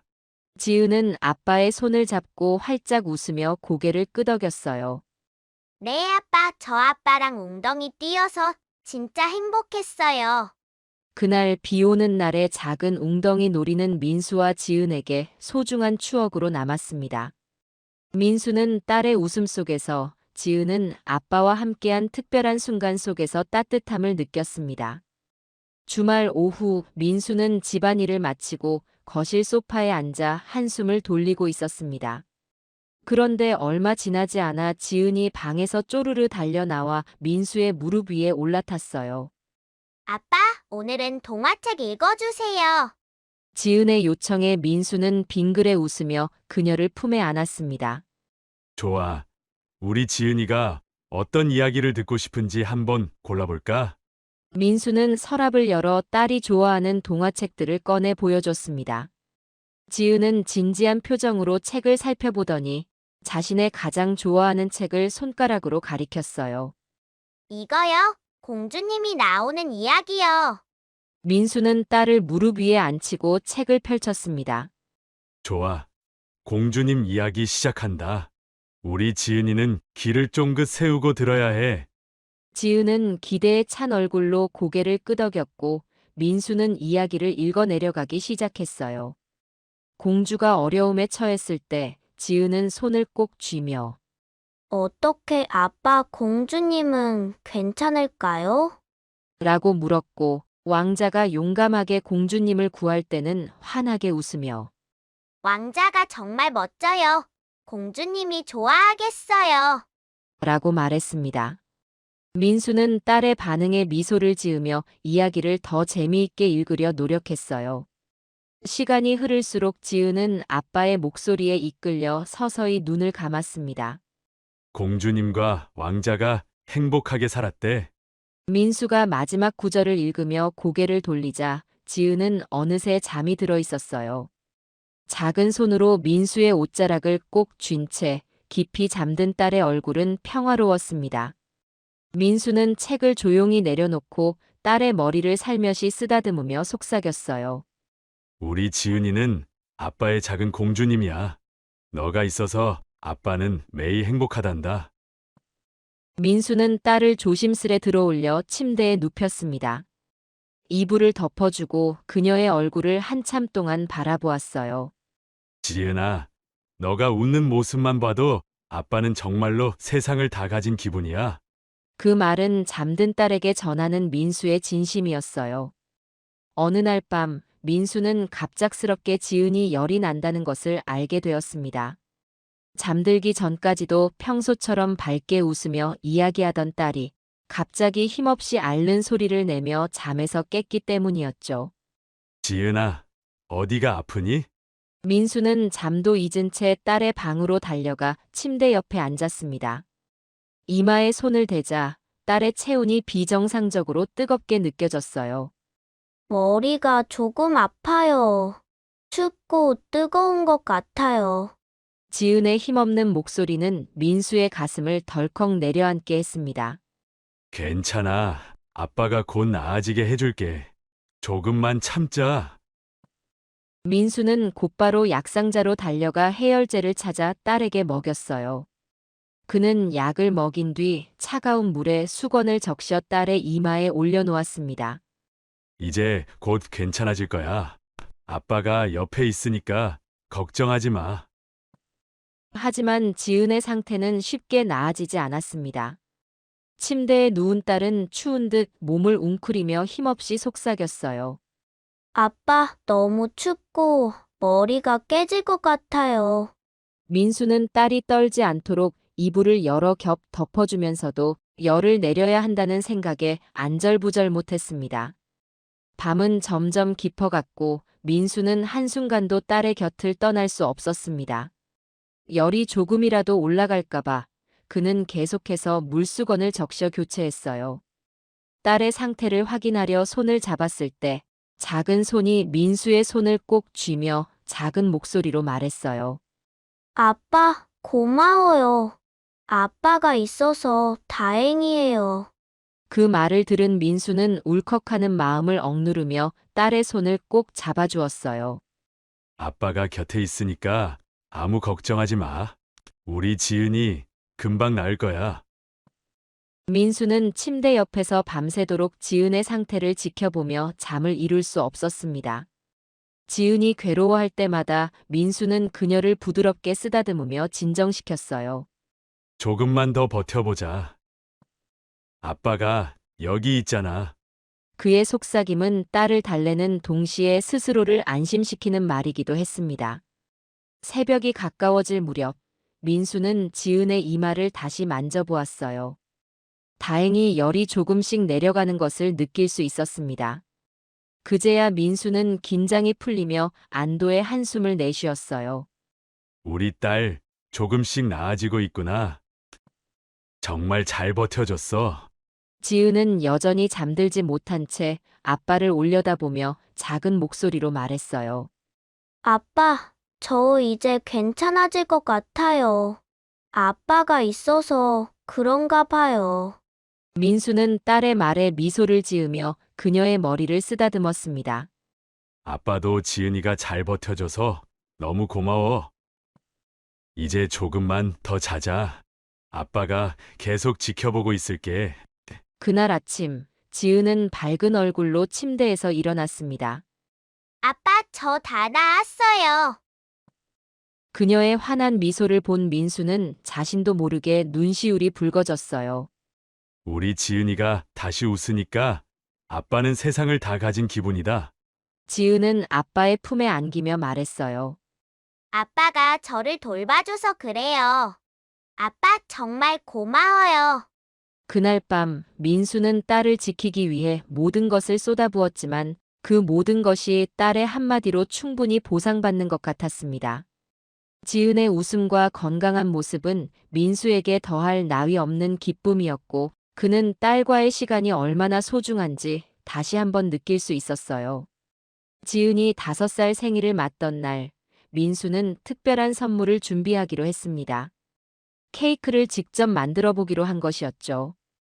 요리 초보였던 민수에게는 큰 도전이었지만 딸의 생일을 위해 그는 모든 정성을 쏟았어요.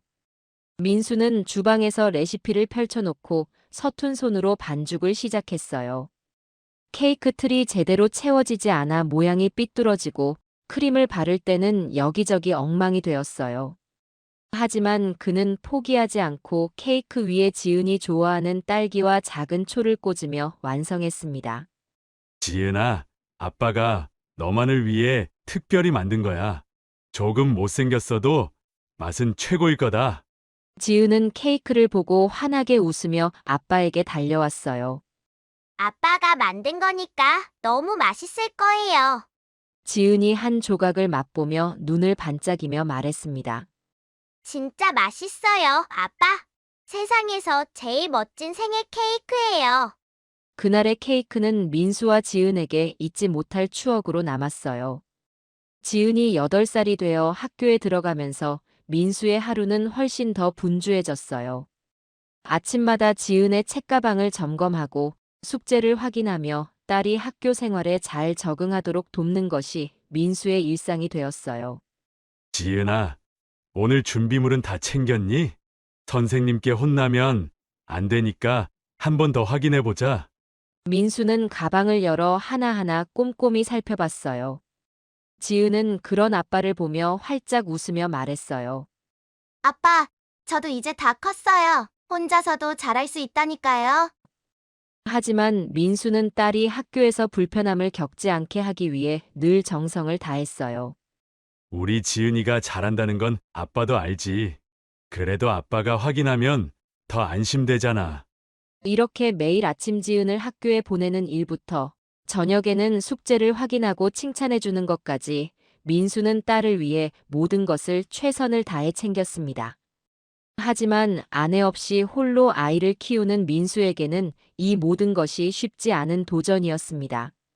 한때는 아내와 함께하던 작은 일상들이 이제는 모두 민수의 몫이 되었으니까요.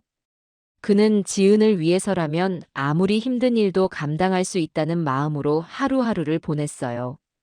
특히 학부모 상담날은 민수에게 잊을 수 없는 기억으로 남아 있습니다. 아빠, 학교에서 오늘 선생님이랑 아빠가 이야기하셔야 한대요. 지은은 설레는 표정으로 민수의 손을 잡았고 민수는 딸의 손을 꼭 쥐며 학교로 향했어요. 상담실로 들어서자 지은의 담임 선생님이 따뜻한 미소로 민수를 맞이했습니다. 지은 아버님, 만나 뵙게 되어 반갑습니다. 지은이는 정말 밝고 착한 아이라서 친구들과도 잘 어울리고요. 선생님의 칭찬에 민수는 긴장이 풀리며 안도의 한숨을 내쉬었어요. 그렇군요. 다행입니다. 지은이가 학교 생활을 즐기고 있는 것 같아 기쁩니다. 하지만 선생님은 잠시 머뭇거리며 조심스럽게 이야기를 이어갔습니다. 다만 가끔씩 지은이가 엄마에 대한 이야기를 많이 해요. 혹시 힘들어하는 건 아닌지 잘 살펴봐 주시면 좋겠어요. 그 말에 민수는 순간 가슴이 철렁 내려앉았습니다. 딸이 혼자만의 마음속에서 엄마를 그리워하고 있었다는 사실이 민수에게는 충격으로 다가왔어요. 네, 선생님. 제가 좀 더 신경 써보겠습니다. 좋은 말씀 감사합니다. 민수는 담담하게 대답했지만 마음속에는 딸에 대한 걱정이 깊어졌습니다. 상담을 마치고 집으로 돌아오는 길, 민수는 지은을 살피며 조심스럽게 물었습니다. 지은아, 선생님이 엄마 이야기를 많이 한다고 하시던데 엄마 생각이 많이 나니? 지은은 잠시 걸음을 멈추고 아빠를 올려다보며 고개를 끄덕였어요. 희미해요. 다른 친구들은 엄마가 있는데 나는 엄마가 없어서요. 지은은 미소를 지으면서도 살짝 아련한 표정을 지었습니다. 근데 괜찮아요. 아빠가 있으니까요. 아빠가 저랑 놀아주고 요리도 해주고 동화책도 읽어주시잖아요. 지은의 말에 민수는 발걸음을 멈추고 딸을 끌어안았어요. 그의 가슴은 아릿했지만 동시에 위로받는 듯한 기분이 들었습니다. 지은아, 너가 엄마를 그리워하는 건 너무나 자연스러운 일이야. 엄마는 항상 우리 곁에 있었던 사람이니까. 그는 딸의 머리를 쓰다듬으며 부드럽게 말했어요. 하지만 아빠가 너희 곁에 늘 있을게. 엄마 이야기를 하고 싶을 때 언제든 아빠한테 말해도 돼. 아빠가 다 들어줄게. 지은은 아빠의 품에서 고개를 끄덕이며 작은 목소리로 대답했어요. 고마워요. 아빠, 제가 엄마 생각날 때마다 아빠한테 꼭 말할게요. 민수는 딸의 손을 꼭 잡으며 결심했습니다. 우리 딸이 더 밝게 자랄 수 있도록 더 많이 웃게 해줘야겠다. 그날 밤 민수는 잠들기 전 딸의 방을 들여다보았어요. 지은은 평화롭게 잠들어 있었고 민수는 지은을 바라보았습니다. 우리 지은이가 항상 행복했으면 좋겠다. 너를 위해서라면 아빠는 뭐든 할 수 있어. 민수의 다짐은 딸의 아련한 그리움을 채워줄 더 큰 사랑으로 이어질 것이 분명했어요. 어느 날 강원도의 겨울 축제를 가기로 했어요. 민수는 지은과 함께 이 축제를 계획하며 오랜만에 설렘을 느꼈습니다. 딸과 함께 만드는 추억은 민수에게 언제나 가장 소중한 것이었죠. 아빠, 이번엔 진짜 눈으로 만든 집을 볼 수 있는 거죠? 지은이 반짝이는 눈으로 묻자 민수는 웃으며 고개를 끄덕였어요. 그럼 우리 지은이랑 꼭 가기로 약속했으니까. 강원도로 향하는 길은 온통 하얀 눈으로 덮여 있었어요. 눈이 쌓인 산과 나무는 마치 동화 속 배경 같았죠. 지은은 차창 밖을 바라보며 연신 감탄했어요. 아빠, 여기가 진짜 천국 같아요. 민수는 딸의 얼굴을 보며 미소를 지었어요. 그래, 우리 지은이가 제일 좋아할 것 같았어.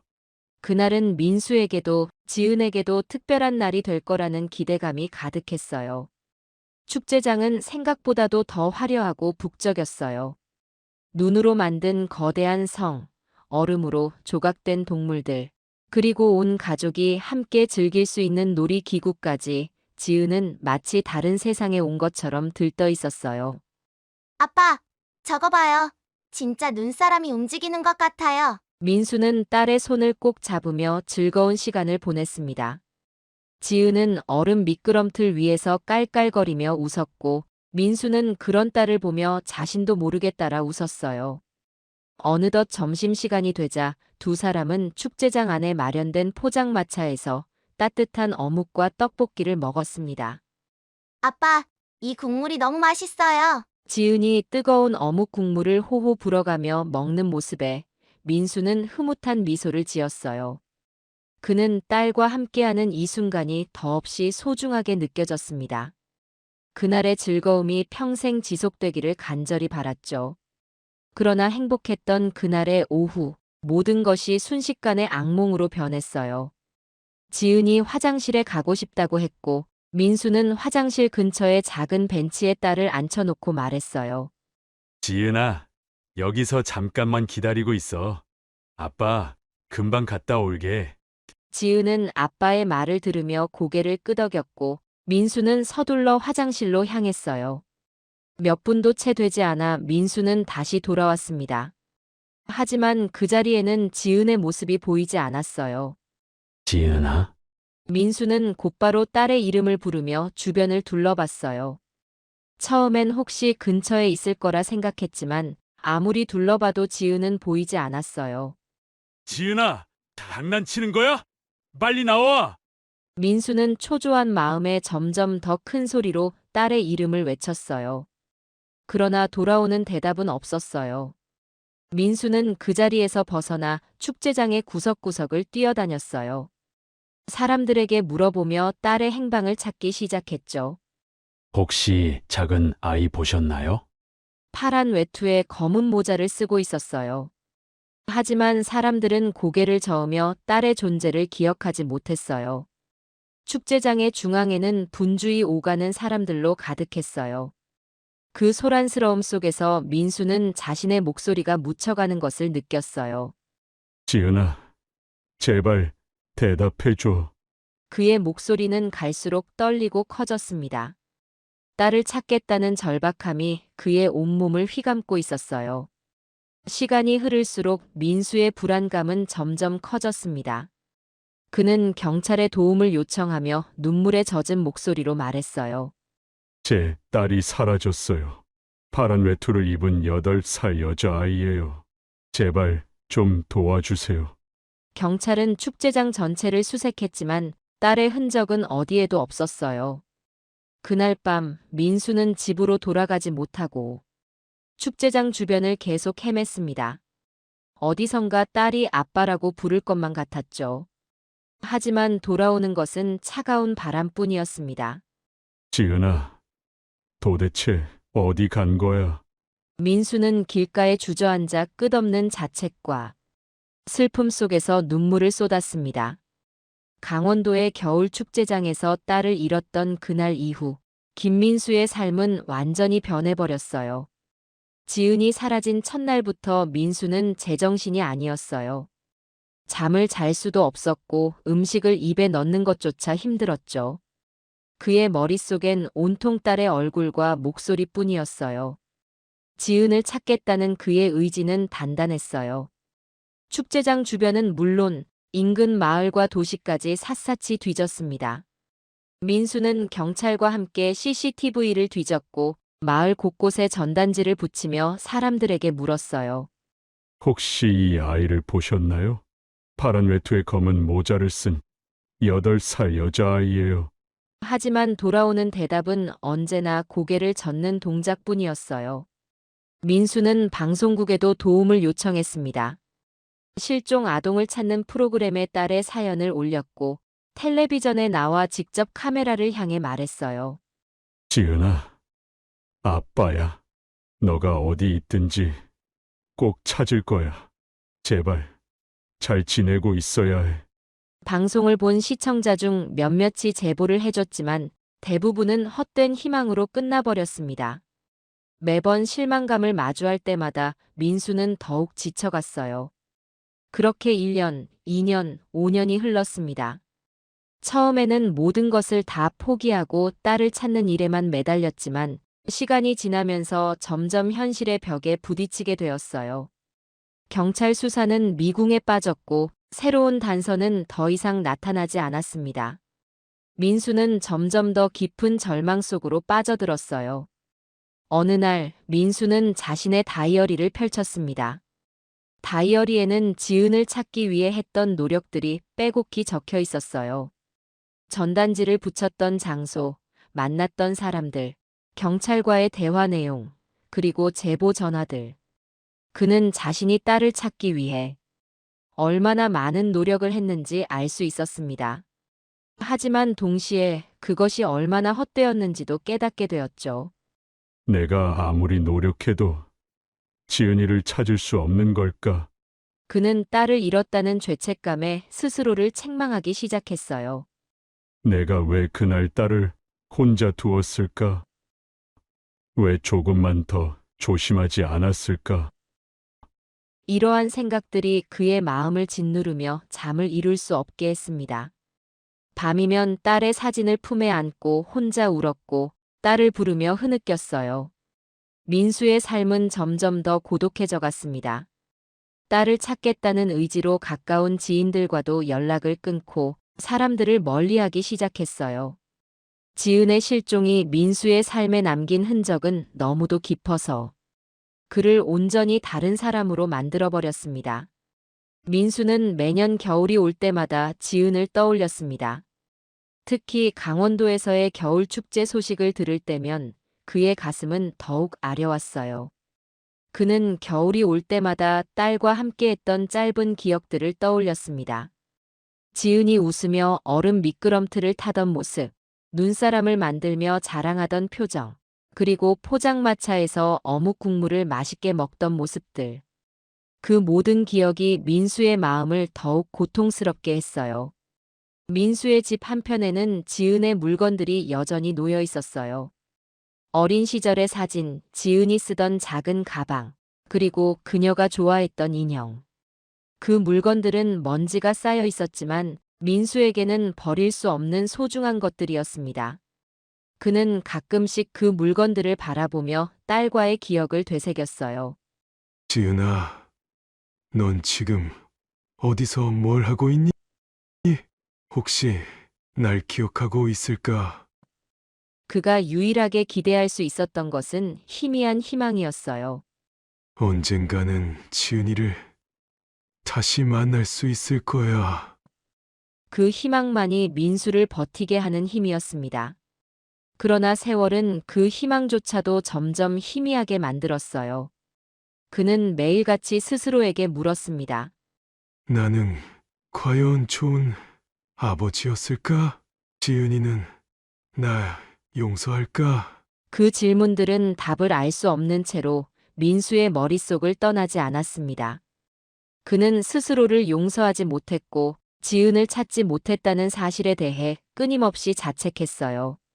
30년이라는 긴 세월 동안 민수는 그 고통을 안고 살아갔습니다.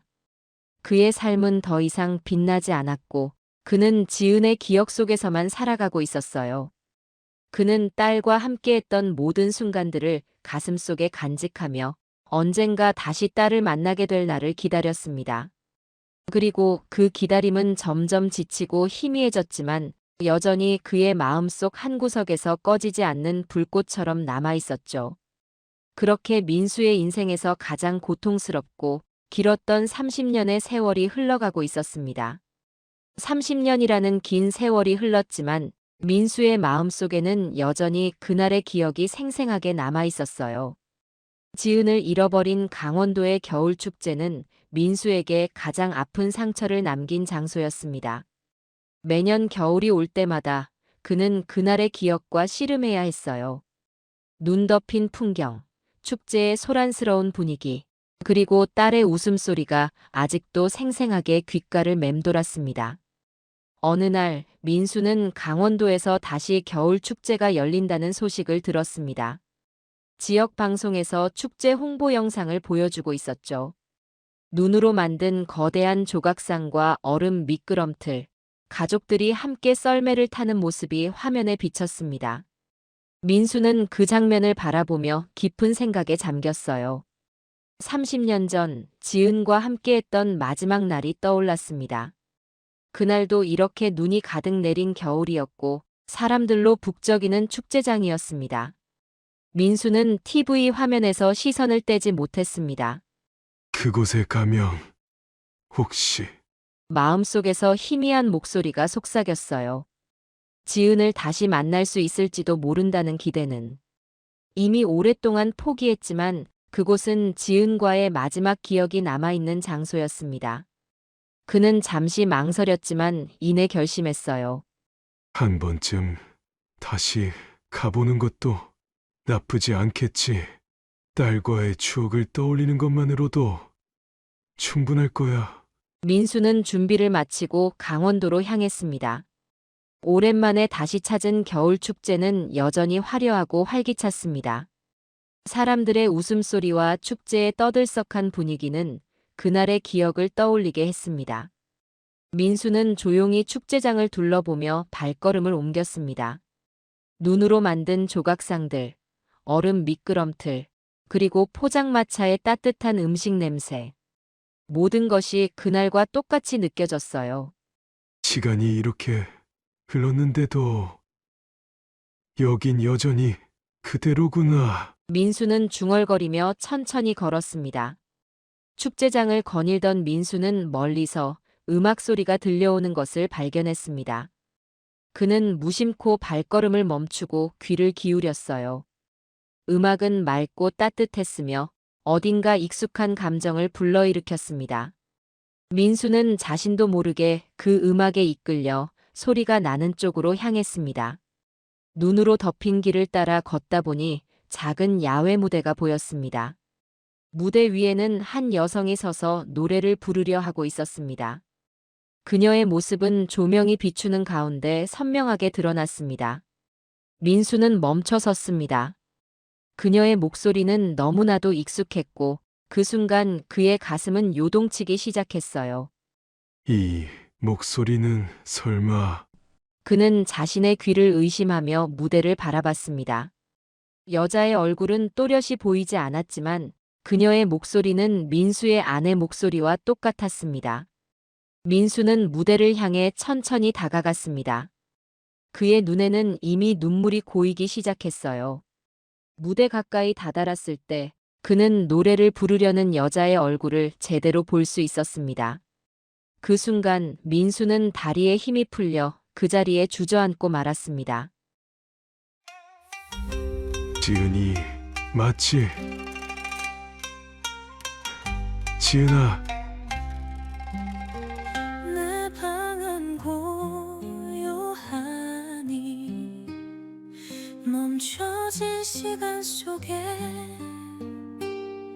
창밖엔 바람 소리뿐 텅 빈 마음 가득 차네 숨결마저 막혀오고 어디로 가야 할지 몰라 아버지의 검은 꽃소리 내 맘을 어루만지네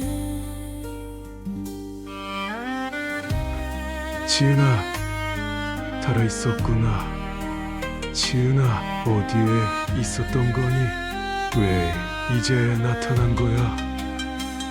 아버지 긍휼 속에서 내 길을 비춰주시옵소서 갈 곳을 잃은 이 맘을 그 선율로 감싸주소서 울지도 못하고 웃지도 못한 이 몸을 노래로 건져주소서 어둠 속에 비추던 등불 이젠 힘이 아니 나를 부르던 목소리도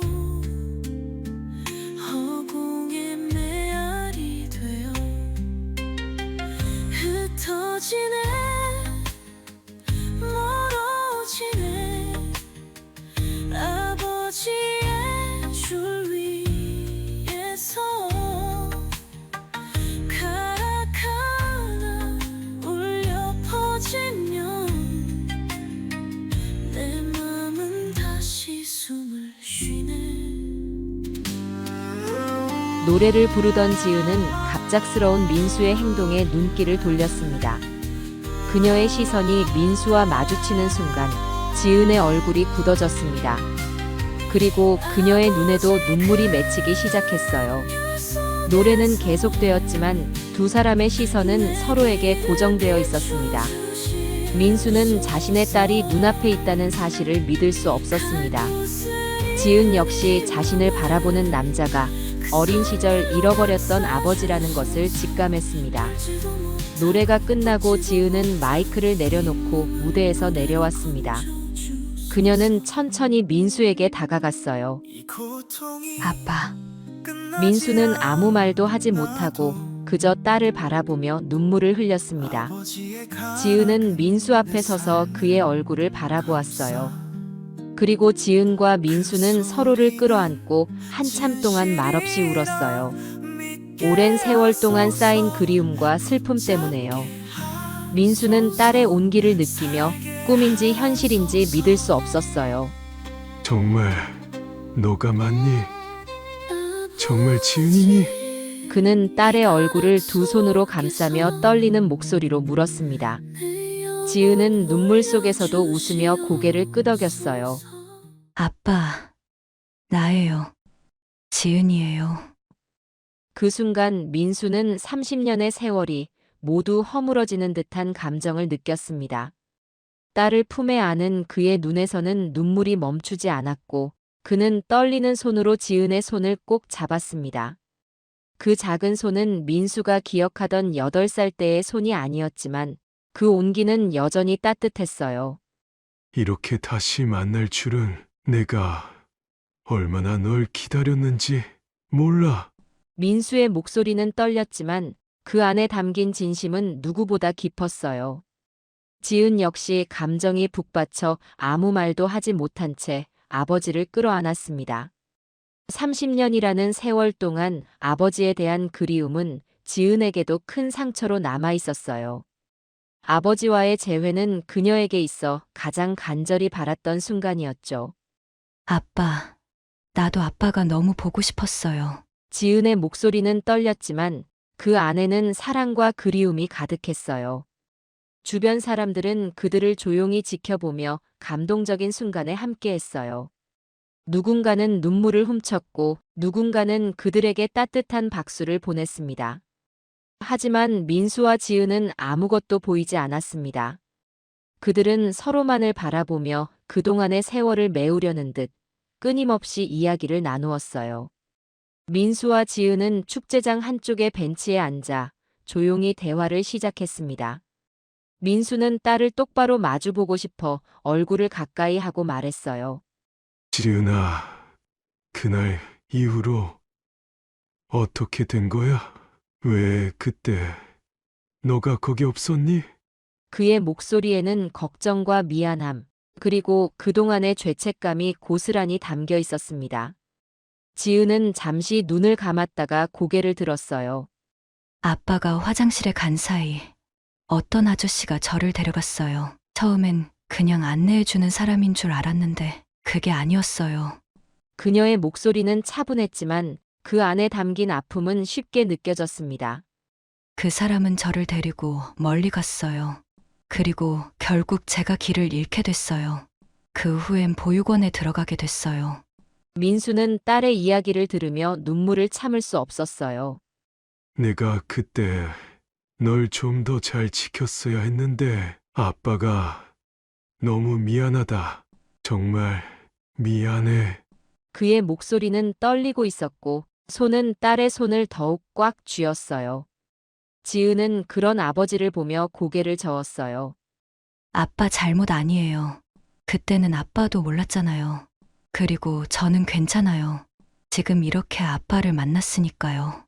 지은은 조용히 아버지의 얼굴을 바라보다가 이야기를 이어갔어요.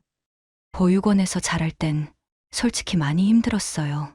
처음엔 아빠가 곧 나를 데리러 올 거라고 믿었거든요. 그래서 매일 창문 앞에 앉아서 아빠를 기다렸어요. 하지만 시간이 지나면서 그 희망이 점점 흐려졌어요. 그녀의 목소리에는 깊은 슬픔이 담겨 있었지만 동시에 아버지를 원망하지 않는 진심도 느껴졌습니다. 아빠를 기다리지 말라는 보육원 선생님의 말도 있었어요. 하지만 저는 끝까지 아빠가 올 거라고 생각했어요. 그래서 어릴 때부터 제가 강해져야 한다고 생각했어요. 지은은 잠시 말을 멈추고 눈시울을 붉히며 조용히 숨을 골랐습니다. 민수는 그런 딸의 손을 꼭 잡으며 떨리는 목소리로 말했어요. 지은아, 아빠가 너를 더 빨리 찾지 못해서 정말 미안하다. 그동안 너가 얼마나 힘들었을지 내가 상상도 못했구나. 지은은 고개를 저으며 아버지를 안심시켰습니다. 아빠 잘못 아니에요. 아빠도 저를 찾으려고 얼마나 애썼는지 알아요. 그걸 알았기 때문에 더 이상 아빠를 원망할 수 없었어요. 지은은 자신의 성장 이야기를 이어갔습니다. 보육원에서 자라면서도 저는 항상 아빠를 잃어버린 그날을 떠올렸어요. 그래서 제가 어른이 되고 나서는 아빠를 찾고 싶었어요. 하지만 아빠의 흔적을 찾는 게 쉽지 않았어요. 그래서 제가 선택한 방법은 바로 아빠와의 마지막 기억이 있는 이곳에서 노래를 부르는 일이었어요. 민수는 딸의 이야기를 들으며 감정이 복받쳐 올랐습니다. 그래서 너가 이곳에서 노래를 부르고 있었구나. 혹시라도 내가 널 알아볼 수 있을까 싶어서. 지은은 고개를 끄덕이며 말했어요. 맞아요, 아빠. 제가 노래를 부르면 혹시 아빠가 제 목소리를 듣고 알아봐 주실 수 있지 않을까 싶었어요. 민수는 딸의 이야기를 들으며 잊고 있었던 과거의 기억 하나가 떠올랐습니다. 지은아, 그런데 너는 어떻게 이렇게 아름답게 노래를 부를 수 있게 된 거니? 어릴 적엔 그런 걸 배울 기회가 없었잖아. 지은은 살며시 미소를 지으며 대답했어요. 아빠, 기억 안 나세요? 아빠가 어렸을 때 거문고를 연주하면서 엄마가 노래를 부르던 거요. 그 말에 민수는 깜짝 놀랐습니다. 너가 그걸 기억하고 있었구나. 그땐 너가 2살. 3살밖에 되지 않았는데 지은은 고개를 끄덕이며 이어갔어요. 그때의 기억이 저한테는 정말 특별했어요. 엄마의 따뜻한 목소리와 아빠가 검은고를 타던 소리가요. 그 소리가 너무나도 그리웠어요. 보육원에서도 밤마다 아빠가 검은고 연주를 들려주던 기억을 떠올리곤 했어요. 민수는 딸의 말을 듣고 깊은 감동에 젖어들었습니다. 그래, 그때 아내가 노래를 부르고 내가 검은고를 연주하던 날들, 그게 너에게 그렇게 중요한 기억으로 남아 있었다니.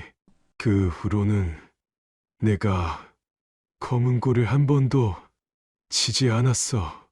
내 엄마가 떠나고 나서 너무 힘들어서 도저히 다시 검은고를 잡을 수 없었거든. 지은은 민수의 말을 들으며 조용히 아버지의 손을 잡았습니다.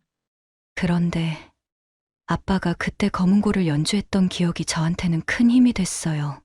아빠의 연주 소리를 다시 듣고 싶어서 음악을 배우기 시작했어요.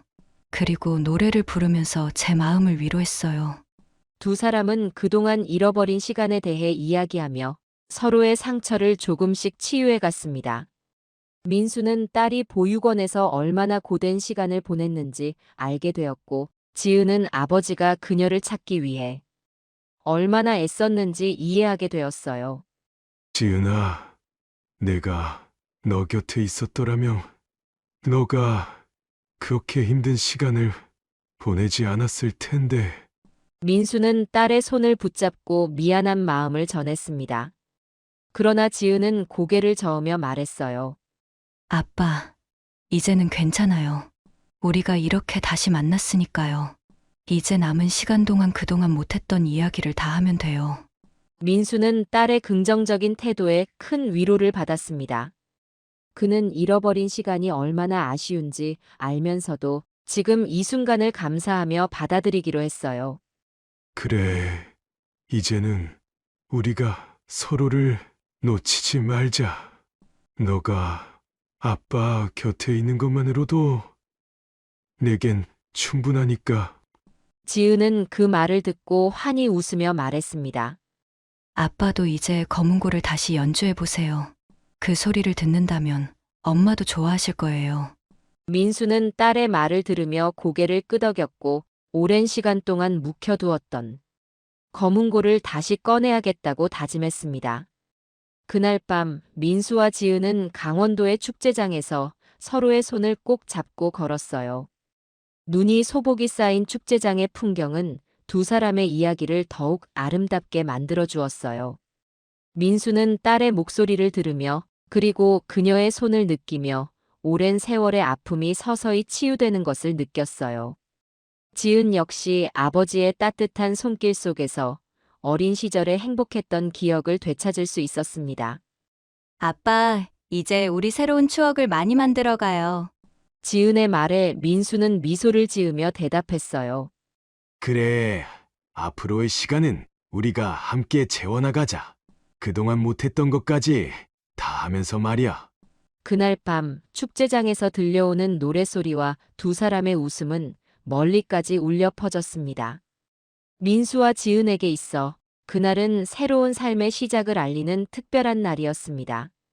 지은은 아버지를 자신의 집으로 데려가기로 했습니다.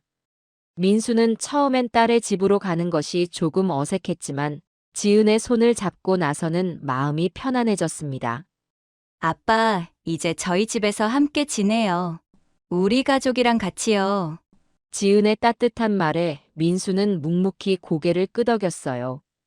지은의 집은 도시의 조용한 주택가에 자리 잡고 있었습니다. 지은의 사위와 손자는 현관에서 그들을 맞이했어요.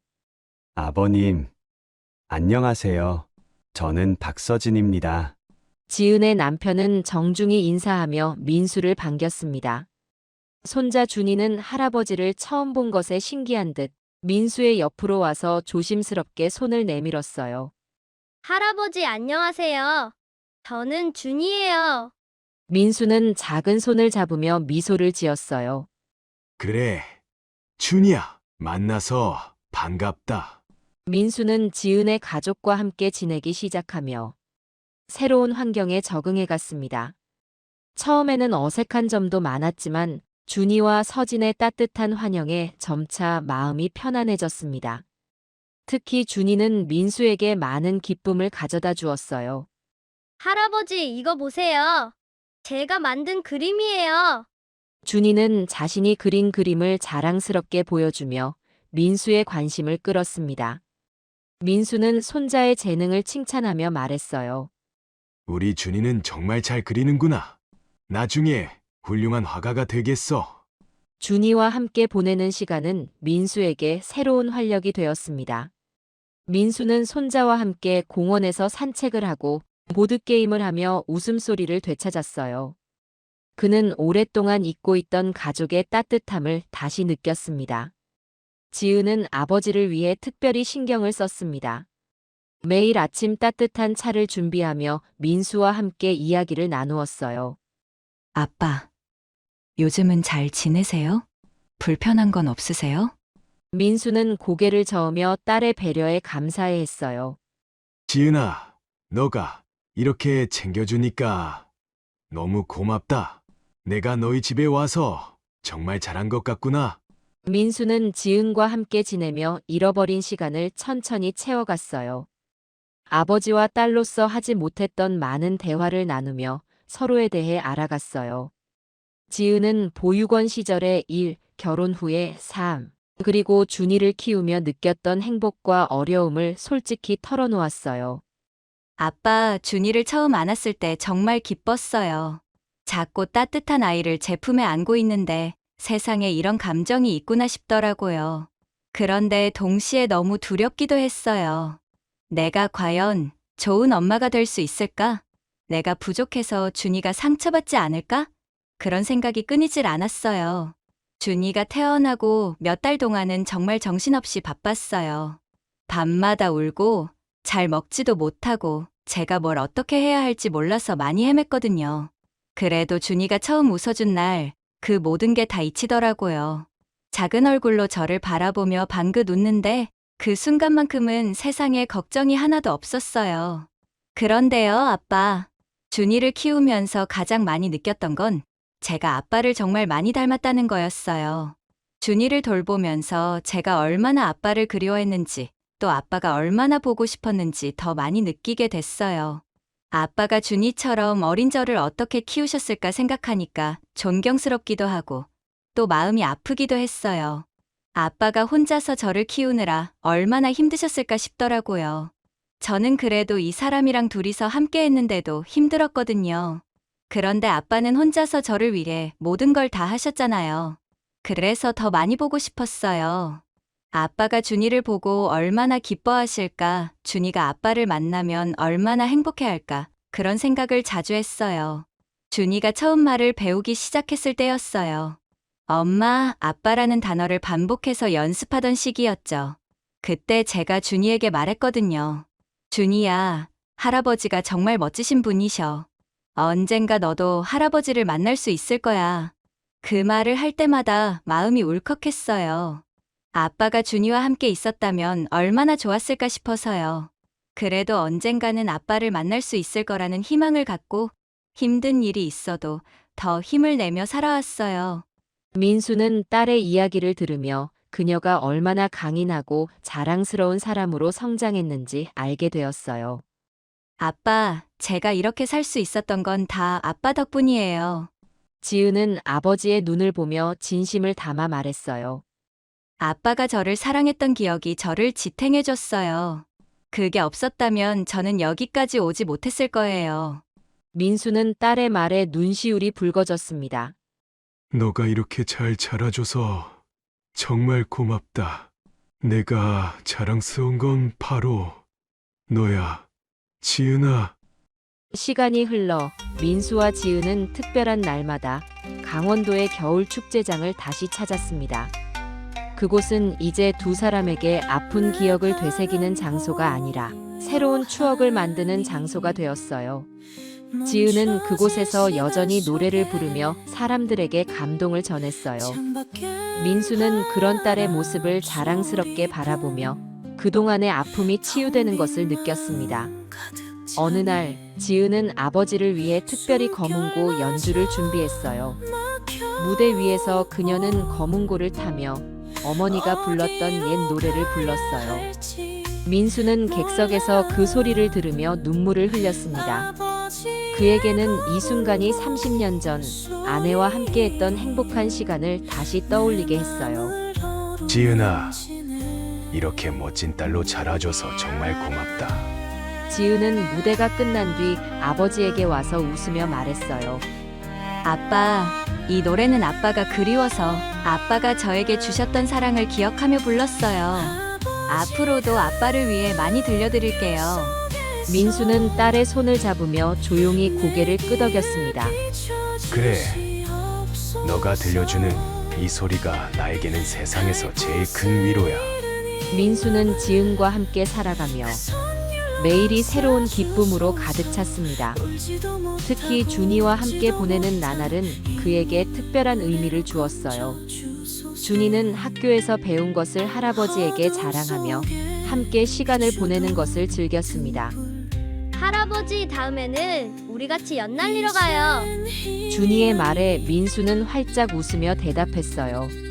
그래, 우리 손자와 함께라면 뭐든지 할 수 있지. 지은의 가족과 함께하는 시간은 민수에게 잃어버린 30년을 보상받는 것처럼 느껴졌습니다.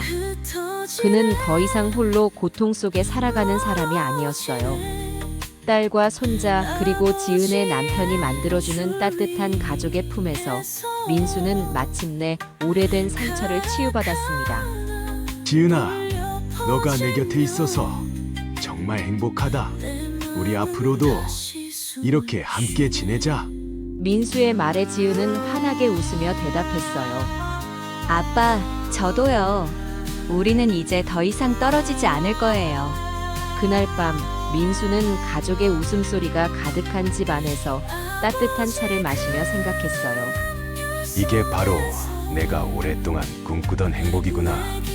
그는 비로소 잃어버렸던 평화를 되찾은 듯 마음 깊은 곳에서부터 편안함을 느꼈어요.